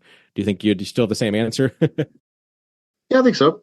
Okay. So sushi has always the part of that too is everyone kind of interprets the FMK as slightly different. Like F, I guess F is I look at it as just like a ranking. Like as someone who's been F married, is the lowest of low negative, or is F no, F is like for me F is number 2 and Mary is number 1. But that's just because I don't know. Some people, I think that's how everyone pretty much looks at it, right? Okay. Let Joey explain it. He's more I would describe Mary is the one that I would F over and over and over again. F is the one that I would have the most fun with one shot. And kill is the one that I just never have to deal with again. Yeah. Right? So, I would probably actually have the same answer as Big James there, because sushi's good, clean food, unless it's prepared improperly. So I would probably have the same answers. I don't know. I'd put benching above sushi, but I like sushi, but I like benching more. Yeah, but if you were to tell me never bench again or never have sushi again, Listen, I would say, well, bye-bye benching. I actually okay. I hate benching. It's the one I have the most room to grow on, but like I don't actually enjoy doing it, if I'm gonna be honest with you. Oh, I think we lost James. He just hung up on us. I'm no teasing. Nope. All right. So that was a little fun one. We can get a couple more questions, and then we have at least one more fun one to end with, I think. Let's see. So, one of our supporting members wanted to know if you had any home gym lifting hacks, uh, as the swim hack. Or I mean, yeah, that's how the question's worded, but we can segue off to that. I don't know if this is going to be too interesting, but the one thing is, in order to lift in Houston when it's 100 degrees and humid, you got to have air conditioning. You got to have some sort of. Now it goes both ways. It could be, it's not. It never gets super cold, especially if you guys are from up north. Here, comparatively, we get maybe 30s, if that. But 30s with a wind chill, it's not comfortable to work out. Lift the weights, even if you got sweatpants on. Not for me, anyways. So having a heated and air conditioned gym in the garage is probably the biggest hack, if you will. But I mean, it's something you install. No, no, that definitely that's clutch. I'd say Joey and I are both basement lifters. I don't think Joey cares if he lifted it in a basement or garage. I'm a very loyal to my basement family just because I can have a temperature controlled room without having to spend the extra, several $1,000s to make my garage temperature controlled. So, but yeah, having temperature controlled is amazing. I see people out there in their garages lifting with like 7 hoodies on and gloves and shit, and like I can see the frost coming out of their mouth, and I'm just like, my basement's like 59 on the very coldest, and that's if my upstairs is like 63 or something, it might be 59 in the basement. So, and same in the winter, like the hottest it gets is like 75 maybe or something. So like it's very within reasonably comfortable. So I agree to that wholeheartedly. Climate control is very important, but I also have an unfinished basement, so my climate control is very limited, right? So it's also very damp down there. And every once in a while, there's a dead mouse that you don't know is down there, and you're suddenly breathing in dead mouse and shit like that. So I probably, again, there's something about like having a garage gym where I am that like you'd have to trudge through that snow, like you're going out there, you're shoveling to get out to the gym. I'd be fine with that shit too. You just have a space heater, or I'd have a wood stove in the garage because I do love wood stoves and smell the campfires. I don't know, there's just something different about having your own space, garage gym wise. I mean, I crank my doors open and blare my music and all that, and let the neighbors watch. And I even have police officers that'll patrol the neighborhood. And they'll stop by and they'll come up and, hey, can I get a couple reps in? And they'll figure out who I am. And they're like, That's awesome. how much is your max bench? And I'm like, I just did like 450 for some reps just now, right before you walked up. Hey man, do you mind if I hit the bar? I'm like, you're gonna hit 450? And they realize how much that really weighs. And I was like, yeah, I was doing that for reps, 10 reps, whatever. And Jesus. the guy doesn't even get it for one. And he's one of the biggest guys on the police force or whatever. And it's just cool to have that notoriety in the neighborhood, if you will. So Yeah, I do miss I used to lift outside. So back when, with everything going on happened, I actually installed what you would call a deadlift platform in a gravel pit in my backyard. So just the driveway goes all the way to the backyard, and it's just a big gravel pit. And I put down 3 wooden blocks, one for my feet and 2 for the weights. And that's where I deadlifted. That's all I did out there. Just deadlift, and then I would carry some stones and stuff like that. I miss lifting in the sun and in the snow. I do. But it's also just that you can't just leave your bar. Like I had a tarp over my bar during snowstorms. Like I'm surprised that thing lasted at all because it went through an entire winter out there. So yeah, definitely climate control. yeah, I'm too bougie with my equipment. I mean, I'm out there like scrubbing it down, wiping it down. I Yeah, like a clean gym anyways, so I bought a I'm hundred. very. I bought $100 bar off the first person that would sell it to me. Like I definitely was not my Bells of Steel or Texas Deadlift bar or anything out there. So like I don't have that aspect of it, but like now I am. Now I'm like, no, put down the things that take the damp, and I have the barbell rescue and all that 3-in-1. Now I take care of my shit, but I don't know. There's just something about lifting outside. That's why I like my stone outside. I can just pick it up and walk back and forth a bunch of times. And It's just strongman events are just a little bit more primitive too. yeah, I could see how that would work out. yeah. Have you ever dabbled with any strongman stuff? My first competition before I started powerlifting was a strongman event. It was in 2012. My first powerlifting meet was in 2014, December. And so I did see, it was Atlas ball or not the stones. Yeah. Yep. And did 585 deadlift reps, like 18-inch off the ground, and did that for reps. That was when my max deadlift was like right at 500. I'm doing a 585 for block pulls in this strongman competition, and I'm going up against guys that can deadlift 700-800 pounds raw. So I was looking pretty funny.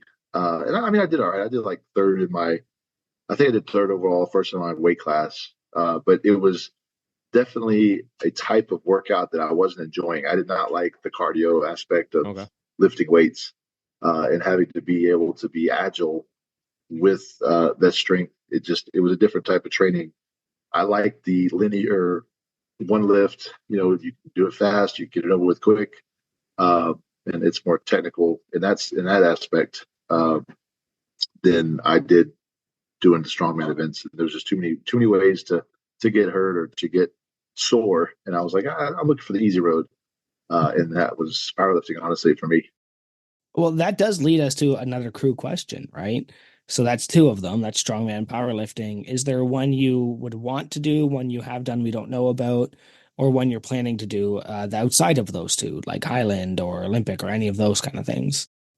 Nothing on the calendar, but I have dabbled with like the overhead press. And I know I've got a pretty decent, seated overhead press. And I think I could probably have a decent shot if I started training correctly with like the overhead world record, but the strongman event for it. I don't want to necessarily compete in strongman, but kind of go in there and do like a bench only style setup where I go in there and only do overhead press just to try to take the record. But I mean, that's a big number, so not something you just play around with. But I do have a strong upper body for sure. It's something I thought about, but nothing on the books as of yet. Noted. So there will be no haggis throwing in Swimhack's future. Not that I know of. Now is it Swimhack or Swimwhack? No, because I used to I can't remember if it was on another podcast or maybe even on an Instagram live, but like in my mind, like it's like an inside joke I feel like I've had. Like I'm not necessarily reciprocated, but like in my head, I was like, I just remember catching some Instagram live, I believe, where you had mentioned your daughter called you Swimwhack, and I was just like, oh, that's funny. And for some reason that just stuck out to me the last few years. So is that something that's ever brought up anymore, or is that something that was kind of like a couple years ago and it's never been Probably it might get brought up once a year, but it's definitely was more hot and funny a couple years ago. My daughter and I have a good relationship where she'll tease me and just randomly, like, what started at a powerlifting meet when I had like, I don't know, I was going for 700 pounds on the bar, and all of a sudden I hear, "Go, honey," and it's like my wife, and then I hear, "Weak." I'm like, "This is my daughter." She's like, "Weak." That's awesome. So we always get this like masculine voice, and we go, "Weak, nice." So nice is one of the words too, but that's just kind of our lingo that we use to kind of have a little friendly banter. But it's always nice to have, I say always nice. I had my daughter with me one time at the Arnold. I guess the last time I was at the Arnold, did a powerlifting meet, took her up there with me, just to kind of help handle me for the meet and hang out, and just be a part of everything. And during warm ups, it was a 600-pound warm up. My opener was like 635, I think, and I did that. I had that video still on YouTube. It's the recap from the Arnold. So if y'all want to see this happening in the warm up room, I do the 600 pounds and just some gasp from here to there. And my daughter goes, "Weak." She's the only person in the room to say that. It was funny because the whole point is for her to be like not impressed with anything I do. So they're filing her nails, spotting me out 405 or whatever. I've seen a guy do that more than this. Doesn't Larry Wills do more than that? And I'm like, That's awesome. She knows how to motivate you and light your fire, huh? That's great. Yep. Does your wife or your kids ever get out in the gym with you and take advantage of having the home gym as well? A little bit. It's less formal because I'm pretty picky about wanting to train alone. Like I don't Okay. want the distraction of my kids. So I'm pretty sensitive when I say it. But like if my 8-year-old is wanting to come out while I'm in the gym, I'm normally like, hey, daddy's really, I got a lot of weight. I need to focus. And, Yeah. I'll let him kind of play around a little bit, but he's not really there for the whole workout. He knows to kind of stay away. That's kind of my sanctuary.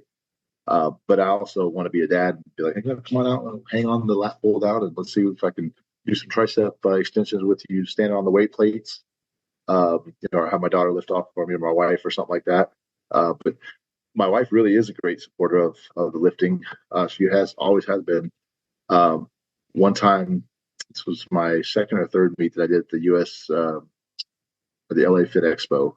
And I think it was 590 or something on the bar, still trying to chip away at 600.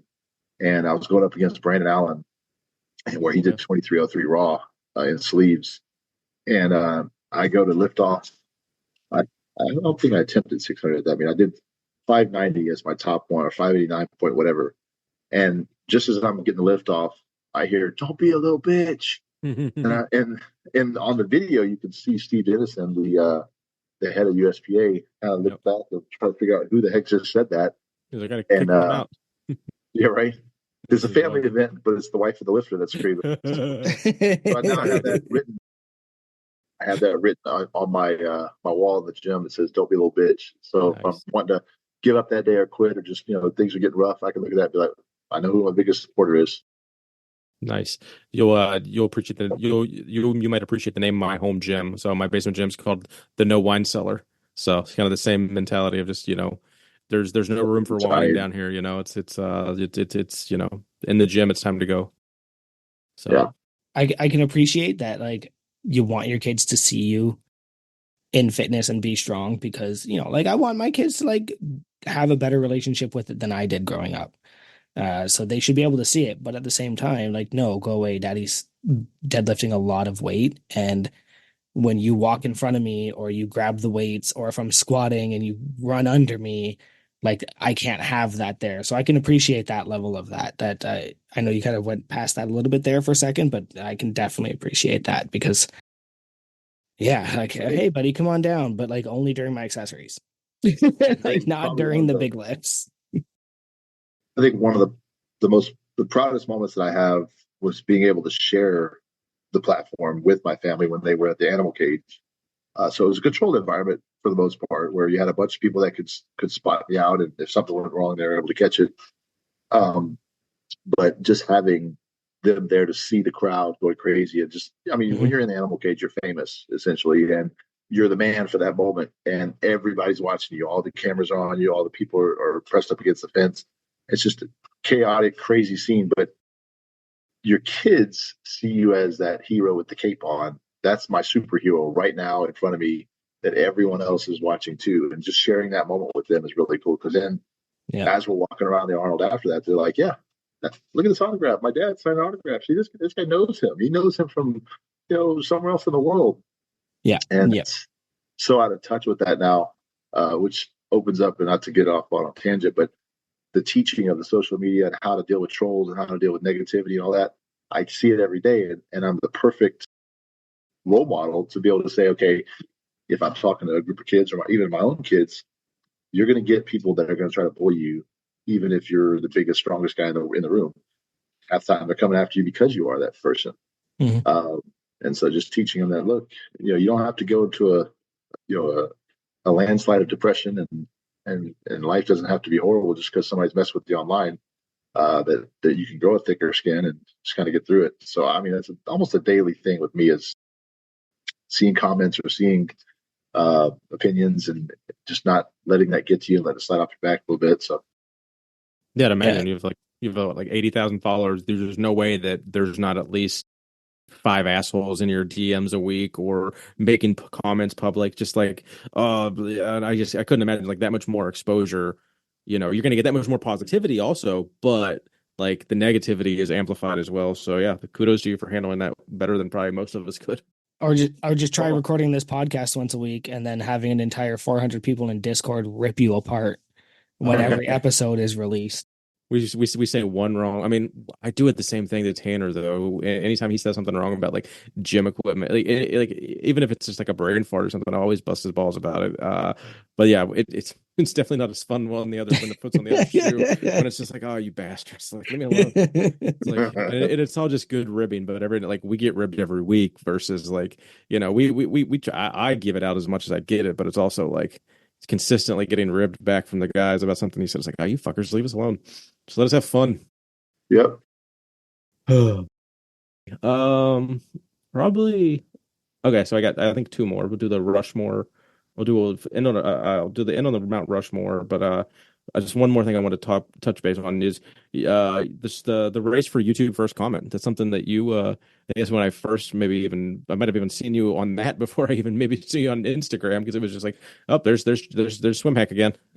That's that seemed like it was something you still get in on pretty regularly, but there for a while, I feel like you were, did you know how many times you've won it or like how regular you were at least on the podium? I was on the podium. Well, I know I got first comment about 70 times in a row. I think it was 75 times in a row. Crazy. For one of the crew videos that we did, I did like a little numerical Roman numeral start so I could hang it on the wall behind me and have part of that as the video of me marking off one more. But yeah, I mean, that was obviously something that the more time you have to spend just kind of waiting around for it, because you know what time it's going to drop every week, or roughly, you can be sitting around waiting for it. And as long as the internet connection was good and all the technical aspects of everything was working, then we would see a first comment.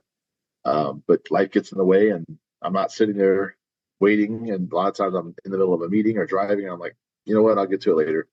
And it just kind of fell off for a while. And then I was like, okay, somebody's obviously doing a bot. It's got to be a bot. It's got to be AI. Something's got to be Matt. Yep. Yeah. That's Matt, regular guest of this podcast. Yep. Someone. Yeah. He has negative second comments. So like you'll hit the newest comment and his will be at like negative 5 seconds. Like he somehow posts before they post. It's insane. So just for anybody out there that's technically minded and want to beat him, the YouTube video has an ID. So if you could tap into the Google API and have some software, and you could probably get ChatGPT to write this. I haven't had time to do it because I've been doing other stuff, but essentially what you need to do is go to ChatGPT and say, okay, I need you to write me a program in Python or a program in PHP or something to where it'll run on Sunday evenings between this time and this time, one time a second or one time every minute or whatever, and check for the newest video to be posted. Get that video ID and then find the comments area for that video ID and post to it using the Google API. And I think we could beat him. So Matt has said to us that for the price of a drink spotter, he would give us what you just gave us for free. That's outstanding. Yes, so we're coming for you, Matt. All right. No, that's good. That's great because I do want to point out. I forgot about this, but the person who finally broke your streak of first comment was me. Okay. I had messaged you on Instagram and you had said something along the lines of like, oh, I'm at a family event, I'm not sure, or on Discord, and I messaged you and then I was like, are you going to get first comment? And you had said to me, I don't think I'm going to get it today, enjoy. And that was my first ever first comment. I think it was the first time you didn't get first comment. So that was actually me that broke that streak because you were at some family event that week. Okay, that would make sense. Yeah, it basically is when I get busy, or like lately, my oldest son has been playing D&D, and I go pick him up at like 6:00 my time, which literally is right when the video drops. So I'm like on the freeway going 90. I'm like, yeah, I'm not gonna. Times when I would feel a little adventurous, and I'd go in there, and my wife would be like, "What are you doing?" I'm like, "I'm trying to get first comment," and I'll be in the middle of driving. She'd be like, "Pull over." I'm like, "I can't." Like, this guy got it, and I would get it a lot, but then over time, it's like, okay, it's just not worth it. Like, I'm okay if I don't get it every single time.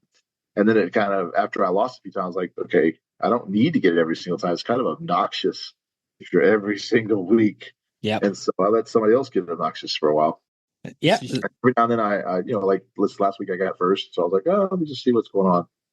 But I also was the type that I didn't want to, I know I'm probably the first one to do it, where I put like one single letter, an F, an A or something. And then edit it like after. edit it. Yep. Yeah, And that would get me in there, caught but Matt doing. Yeah, I started doing that after a while, but now it's just like, yeah, I definitely caught Matt doing that. I was like, oh, that's what he's doing, a little son of a bitch. So yeah, I was sitting outside. No, I was sitting on the couch, and I distinctly remember yelling, "Honey, I got first comment." And she's like, "Oh, good for you."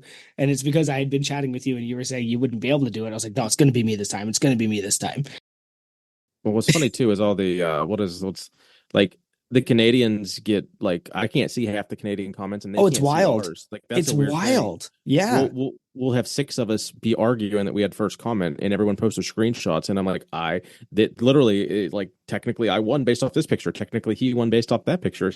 It's really weird how how you whenever you screenshot it is completely different. So that's been there's definitely some argument some funny, kind of like, well, what the fuck? How did I not win? Or shadow banning. That's what I was going for. Yeah. Because like Joey would I was shadow banned for like a month. That's what I'm like, you're Joey's like, I got first comment. I'm like posting my picture. I'm like, you didn't even comment. What are you talking about? Yeah. That's so disconcerting because you're like, oh, I won this, I got this, and then you're like, no, not quite. I actually had to get Tommy involved, and I was like, Tommy, did you guys block me or something? Like, what is happening? I do remember that now. Yeah, I've done that a few times where I was like, I sent a screenshot over. I'm like, hey, just curious if you guys are seeing this, and then like, because I would see something different than they would see. And you want to prove, that you got it or you got podium, whatever. And there's so many times when somebody's like first and they're second or third or 14th, and you realize just how quick everything can be. The podium is milliseconds sometimes. So is there going to be any? Is the Swimhack YouTube going to make a resurgence anytime? I think the last video was your health update, wasn't it, or did I miss anything? Yeah. So essentially, I went from being on the top of everything to kind of falling off, and that was just a rough year. I didn't want to update anybody. I didn't want to tell anybody what was going on. It was real personal. I was just like, you know what, this sucks because, if I'm not putting out heavy content, I mean, I'm familiar with the social media game. If you're not the most beautiful person on social media, you're not going to get a bunch of likes. If you're not putting out good heavy lifts or entertainment or something, you're going to lose followers. You're not going to get a lot of likes. And so I knew that was coming because I was like, okay, I'm falling off a little bit, but I'm also not going to ramp up things if it jeopardizes my health. So I had to back off and just had to deal with some personal junk. And it opened my eyes to a lot of things and essentially kind of starting back over, if you will, but seeing the mountain that I'm climbing from a different perspective. And when I look at 700 pounds now, it's so far in the distance, it's not even funny, but that doesn't mean it's not going to fall. It just means that I've got a little bit longer to go to get there. And, if you guys have seen my MO from all my other things in my life, I'm not going to back down from a challenge. So if this makes it harder, well, you just made it easier for me because I have no more ammunition to throw at it. So, but yeah, I pretty much just took a break from all video editing. I wasn't posting anything heavy, so I didn't think like it would be worth. I have been videoing pretty much every set that I've done since I had my stroke, just for the sake that I want to make sure my technique is good. I'm like, if I'm gonna be knocked down on my butt, I might as well use this to my advantage, perfect my technique, perfect my nutrition, my rest, my recovery, everything, and start like I'm a brand new lifter again. And maybe some of the mistakes I made along the way, I could fix it and not have that problem this next time. And then when I get to that fitness level again, the health issues are not there, and it's just going to be a perfect storm to do the right thing and to blow some records away. So, well, that'll be awesome. We'll be rooting for you. You had mentioned climbing a mountain there, I think. So I think that'll segue into our we do a little Mount Rushmore. I still can't remember if they stole it from us or we stole it from them, but we're gonna do a basically just your top 4 of this genre or of the topic that we're gonna ask you about. So the one that I picked for you this week, I'm gonna go with bench press accessories, and you can take that as an accessory movement or an accessory, a bench variation, if you will, however you want to take it. But top 4 of the Mount Rushmore for how to get a bigger bench, if you will. Okay, let's see. Static holds are a big one for me, just because it's be able to work that top strength. Triceps are obviously something that I have been naming my dog after but triceps being Nice. a huge mover in the bench press. And honestly, I think they're the secret sauce. If you can get triceps super, super strong and you're able to have a good bottom of your bench, you're going to be able to rocket that. I mean, Julius, myself, TD, Smash, Thomas Davis, we all have very similar benches, and we're all coached by the same guy. So that has a little bit to do with it. But the way that we lift is just that speed, and it's very much tricep dominated. So it's like a piston. So I would definitely go with overhead. I'm sorry, Heavy hold. static holds, Yeah. heavy holds, static holds. Now, what's like a time frame? Like, okay, so you literally you self unrack like what, like 100 pound, like well, so like 10% more than your max or something, or is it kind of do you even like linear progress your static holds as well? So honestly, it really just kind of depends on that day. Like if Okay. I my top set's like 650 for one, I might do a static hold of 850. But what I'll do is, and I'm not gonna lie, a little bit of it's ego Hmm. because I need to be a little bit on the edge, or at least at some point in my career, that's the way I felt, and I still feel that way a little bit, but safer is if I did 650 as a top set, I might put 700 on there to do a static hold. And then I would feel that and I'm like, oh, that actually didn't feel too bad. I might slide 750 on there. And if that doesn't feel too bad for a 10-second, 5-second hold or something Okay. like Okay. that, 5, 10 seconds. I might jump it up to 800. And then at that point, I'm like, okay, this is just getting silly because now I'm holding like over the world record. And, uh, I've done 837, I think it was my top 10-second static hold. And plus, it's good for the mental game because you're holding that much weight that's clearly 200 some odd pounds above your max, and it makes the weight feel lighter the next time that you unrack it, regardless of the weight is. There could be just 100 pounds less, but that's a lot less than what you just held, and so your body doesn't get freaked out by it. So it can help your mental game as well. So static holds for one. I'm gonna write these down so I have my own list. Absolutely. Static holds for Be a good sure. be a good cheat sheet for everybody. Uh huh. Slingshot, I like overloads. So I'm definitely big into overloads for sure. Hmm. Static holds, slingshot work, mm, JM presses. Back to the triceps. I've tried doing the JM. Like I've got the Elite FTS SSB. I've like taken the handles off and tried it. I mean, it's probably been years since I tried it once, but I don't know. I don't. I'm not a man that embraces change very well or new things, so it's always hard for me to do something like that foreign. Like I mean, it's like a. But maybe I should reassess that because I see a lot of people who have enjoy it and have good luck and can just annihilate the triceps with it. For sure. Seal rows is probably, I'm going to move that up to the top, even above static holds, Okay. because strong back, seal rows, incline chest supported rows, one arm dumbbell rows, anything where you're rowing is going to build that back up, lat pull downs, things like that. Um, Favorite accessories. So, Makes so I sense. would round it out with seal rows, static hold, slingshot, jam press. Love it. Everyone go implement that in your training the next couple of weeks and see if you can bench 500 or not. All right. All Tag me in the right. video. Yeah, no, we appreciate that. That was some good info there.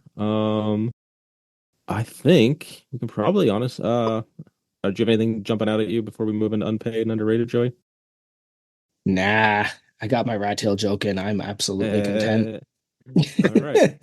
So, Big James, we've well, I feel like I've been monopolizing, so I'll let Joey introduce a little unpaid and underrated for you. So essentially, unpaid and underrated is the game you are used to, having played twice before, which is overrated or underrated. But we would classify unpaid as overrated and underrated as underrated, because it's a play on the name of our podcast. So we've got a couple things that are you specific, and of course, there's no writing the line. You have your druthers as usual.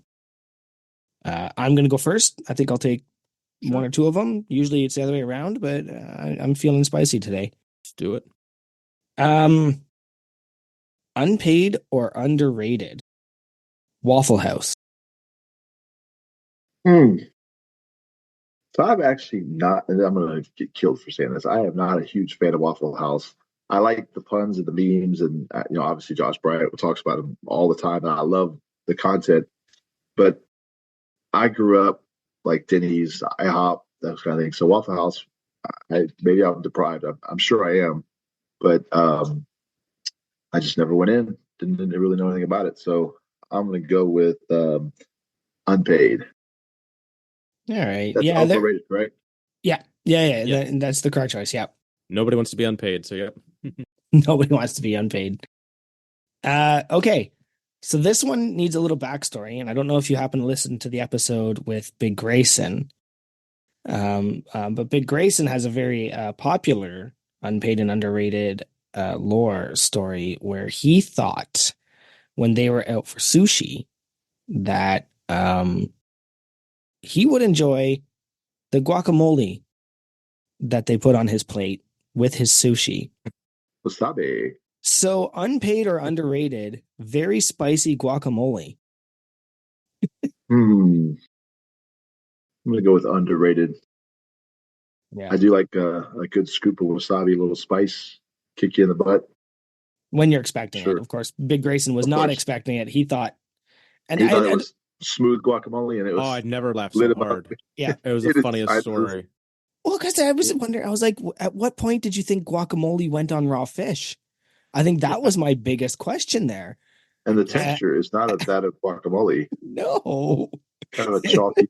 Yeah, it's like it's mustard with horseradish in it, and it goes Uh-huh. directly up your Uh, nose. So Yep. yeah, that's the big story there is I wanted to bring you into that version of of our lore. But also like get your opinion on like wasabi. Do you do the thing where you like throw it in the soy sauce and dip? Hmm. Yep. Yeah. Yeah, apparently you're not supposed to do that, but like that's the best thing ever. You're not supposed to rub the chopsticks together, all the things, but sometimes it's show. You just, I'm here to eat. Yeah, I don't want splinters. Like at Yeah. home I use aluminum chopsticks and I Okay. had Yeah. some bamboo ones, so I never got the splinters with the cheap press board ones. But like when you're out and they give you those disposable garbage ones, you got to do that because you're going to get Uh-huh. splinters in them. Yeah. All right. My last one. Unpaid or underrated?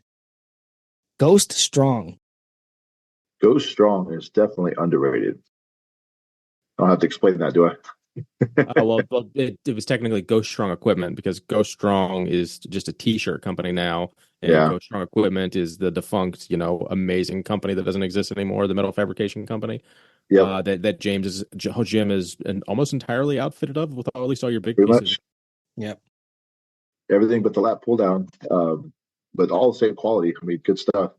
Underrated. Yeah, because They when sold, they sold to Rogue, didn't they?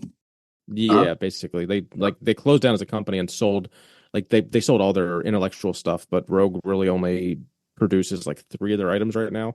Both of What are they producing?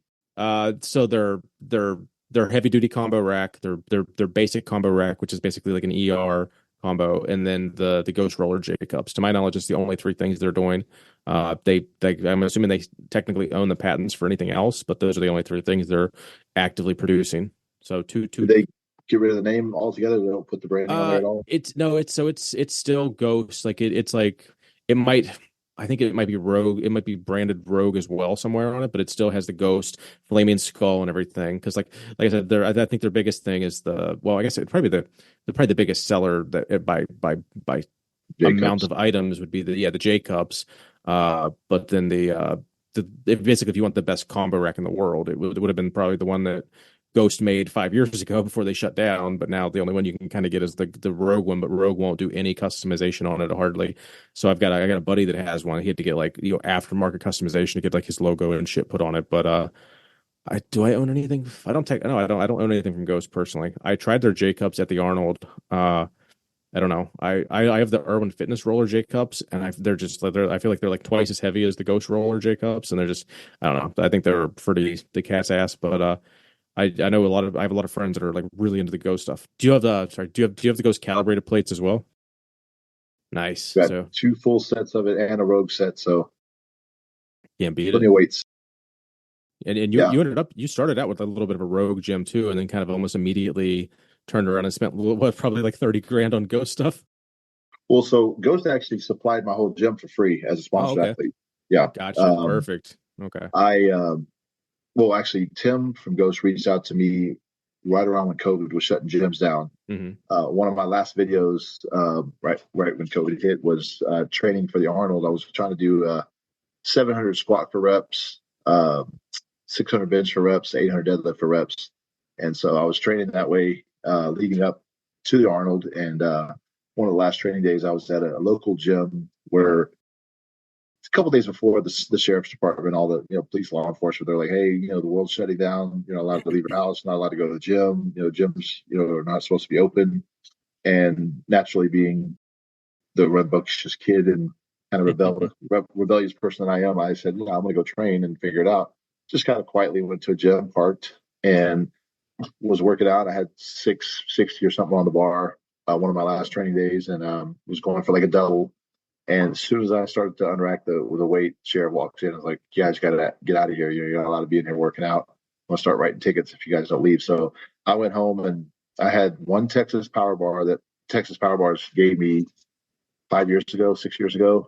And I had 130 pounds worth of sand filled weights essentially. And I did floor presses with the bar plus maybe 200 pounds on the bar for just reps. And then I filled up two big 5-gallon water jugs and roped them or tied them to the end of like a broomstick. And I even tied them to the barbell with this weight on there so I could deadlift maybe 400 pounds worth of weight. And I was videoing this on YouTube, like, kind of bummed out saying, all right, I'm still training. Sometimes you got to do what you got to do. And it was a little bit of a business gain to it. Is I knew that a lot of my training clients that bought my programs wouldn't have access to gyms. No, that makes sense. And I wasn't going to be able to essentially make money online. So I was like, I need to pivot and figure out a way to cater to people that will not have equipment. And can I still sell them a program? It still makes some income here with this platform. And so I started using that as kind of a way to segue into, you don't have to have a full gym to get a good workout in. You can do body weight stuff. You can have bands. And so I created the Swimhack No Gym program. And that essentially kept business kind of rolling in through COVID when the whole world shut down. And I had clients from all over the world that were like, hey, I can't work out because my gym's closing. I don't have any weights at home. But yeah. That's awesome. Yeah, no, sorry, I kind of stole Joey's. That was like the one that I really want to talk about. So I was like, oh, Joey's not going to know what to say about Ghost. No, great, do it. So I'm going to jump right in. I ended up lifting trees at some point, like during all of that. Like we had in the backyard, we had to cut down a tree. Yeah, and I said to I was like, no, leave that one. Don't cut that one into pieces. And I would just go in the backyard and just like Viking press this tree because that was before I had a rack and everything, right?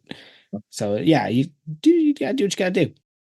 Yep. Yeah, I was lucky. I established my gym in like 2015, I think. So it's like I didn't have that struggle that everyone else did, as they were like, oh, well, I guess I'll start a gym in 2020. So okay, so you halfway through, or unpaid or underrated. I'll get us back on track here after I kind of segue there about Go Strong equipment for 10 minutes.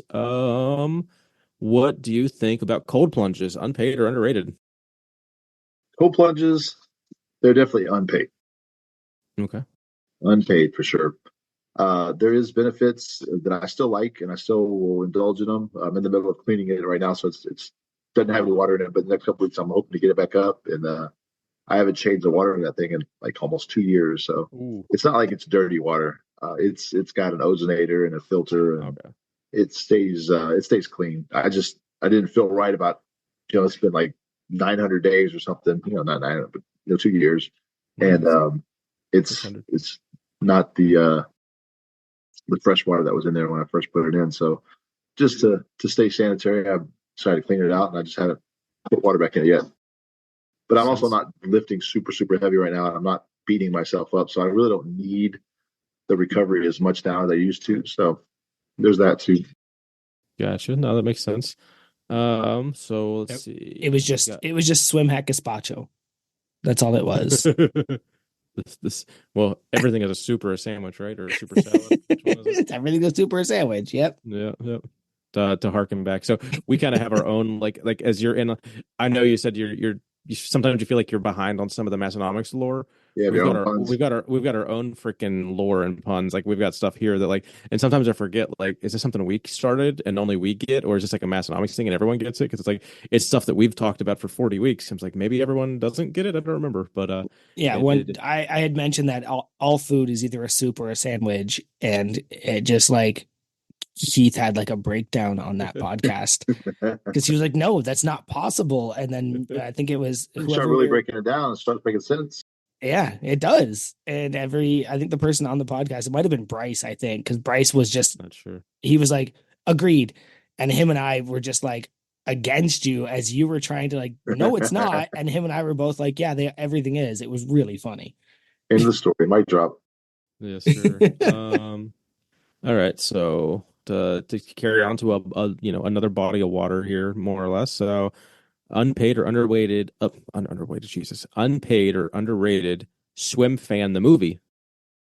Swim fan.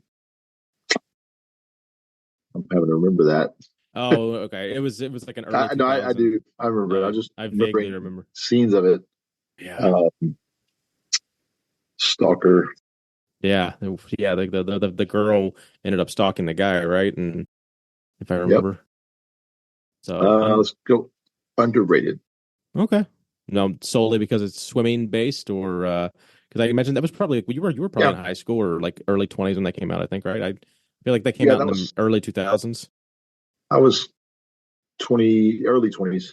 Okay, yeah, I feel like I was in high school when that came out. So, good to know. So underrated on swim fan. So my last one here, this is the one I'm probably most intrigued about, just for selfish reasons, because I like talking about lifting stuff. So, unpaid or underrated board pressing. Board pressing, unpaid. Board Really? pressing is just partial. Yeah, I'm not really a huge fan, but also I think it's a lot. It's more geared for it's geared more for geared lifters Yeah, true. because of the partial and not being able to get all the way down to your chest. But even like I have the bench blocks and I use them as much as I can because I want to incorporate any kind of accessories that I can. But Hmm. I don't honestly find in my own training that partials are really that beneficial because I typically want to train the full range of motion. It's harder, but every rep is perfected as far as I'm concerned. That means I can do 10,000 of those leading up to a meet 3 years from now. And if every one of those reps was perfect, full range, then nothing should change on meet day. And it just makes me confident that I can be able to perform the way I need to perform. No, that makes sense. I implement the board or well the bench block. I don't typically have. Well, I do have people down here, but I don't want to do the whole. Here's a 2x4. Here's two 2x4s. All that.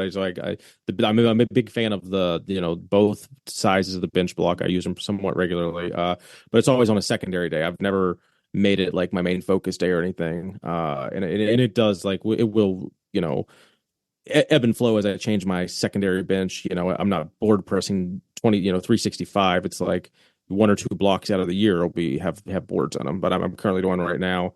And I get the whole heavy hold aspect out of it for me.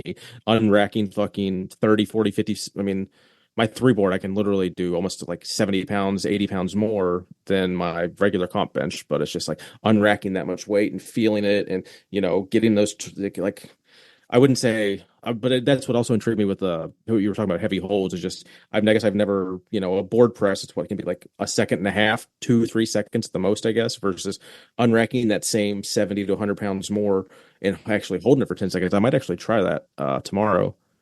But yeah, I don't know. I can see why people don't like board pressing, but I look at it as for me, it's the only it annihilates my triceps in a completely different way that I never got from just like a press down or something. But maybe I don't know. I think the biggest thing is it's a mental way to kind of deal with.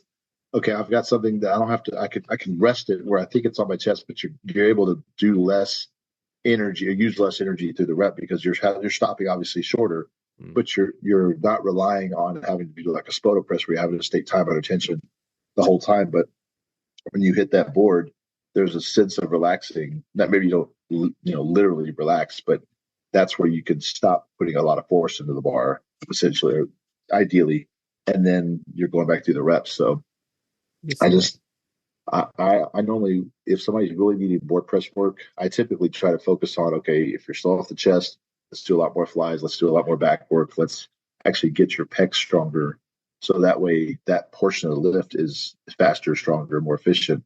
And the next time we go to do a full range of motion lift, you're not going to see that same slowdown in that area. So it's doing the same thing. It's just a different approach, more of a holistic approach, kind of a natural versus. I mean, I'm all for accessories, but every now and then I like to just go to the basics. It's just barbell movements. Just keep it simple, 1 or 2 exercises a day, and be done. Just get really, really good and strong at those events, and then everything else kind of falls into place. Makes sense. Well, how many times a week are you benching? Or like I guess if you were like, well, I guess because right now you're obviously not training for a meet or anything, but like I don't know, it's like I can't imagine you're doing a comp bench twice a week, like working over 600 pounds, right? No.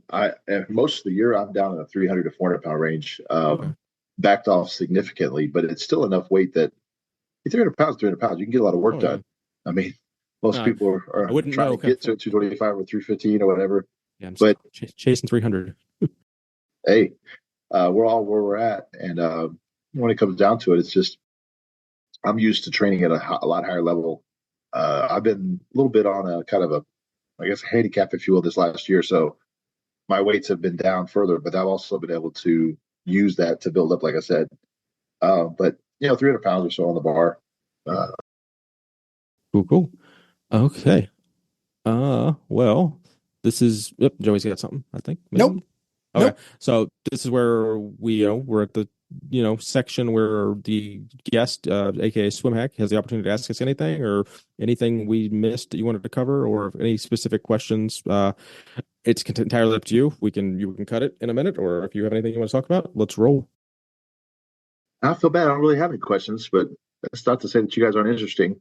It's I kind of figured we wouldn't, because like I said, you're our first guest that doesn't necessarily know Joey and I personally, whereas everyone else we've talked to, we're essentially like know each other a lot. Had a lot more banter going into the episode. Discord, things like that. Yeah. So I'm not so not a big deal at all. We can just go ahead and I guess start the outro then, I guess. That was quick. All right. Yeah, 2 hours. Oh, I'm excited to be under 2 hours. Right, I'll be honest with you on that one. Because, sometimes this goes for 3.5 hours and I have to get up for work or training the next day. And I'm just like, no, this is so much. So, well, you guys can thank me later on getting your time back. No, listeners. No, that's much obliged. So, yeah. Use our code for any of our affiliates. Find us at Unpaid and Underrated Podcast on Instagram. You probably, like I said, already following us on that one. We did learn recently that you're probably not following me for whatever reason. Because James, I used to always do this outro and go, well, I'm not even going to give my Instagram, because if you're listening to this podcast, you follow me. And then like 1 week I got like 20 new followers. And I was like, I guess that's not necessarily true. People are just not following me from the podcast. So yeah, you can find me at @Joey. No, wait.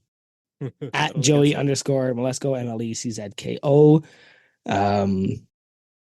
MLECZKO. Find me on Discord. Don't find me on Discord. Big Joey, like there's 1,000 Big Joeys out there on Discord. So, and then where can we find you guys? Keith Honeycat 73. Go follow my Orange Gym, the No Wine Cellar. And most importantly is don't go follow Big Matt, because again, he stood us up. He was supposed to be on here. He had a couple questions lined up for Swimhack that he was specifically going to ask him, and then he just ghosted us right at the end. So do not go follow Big Matt. So James, where are we going to find you at, buddy?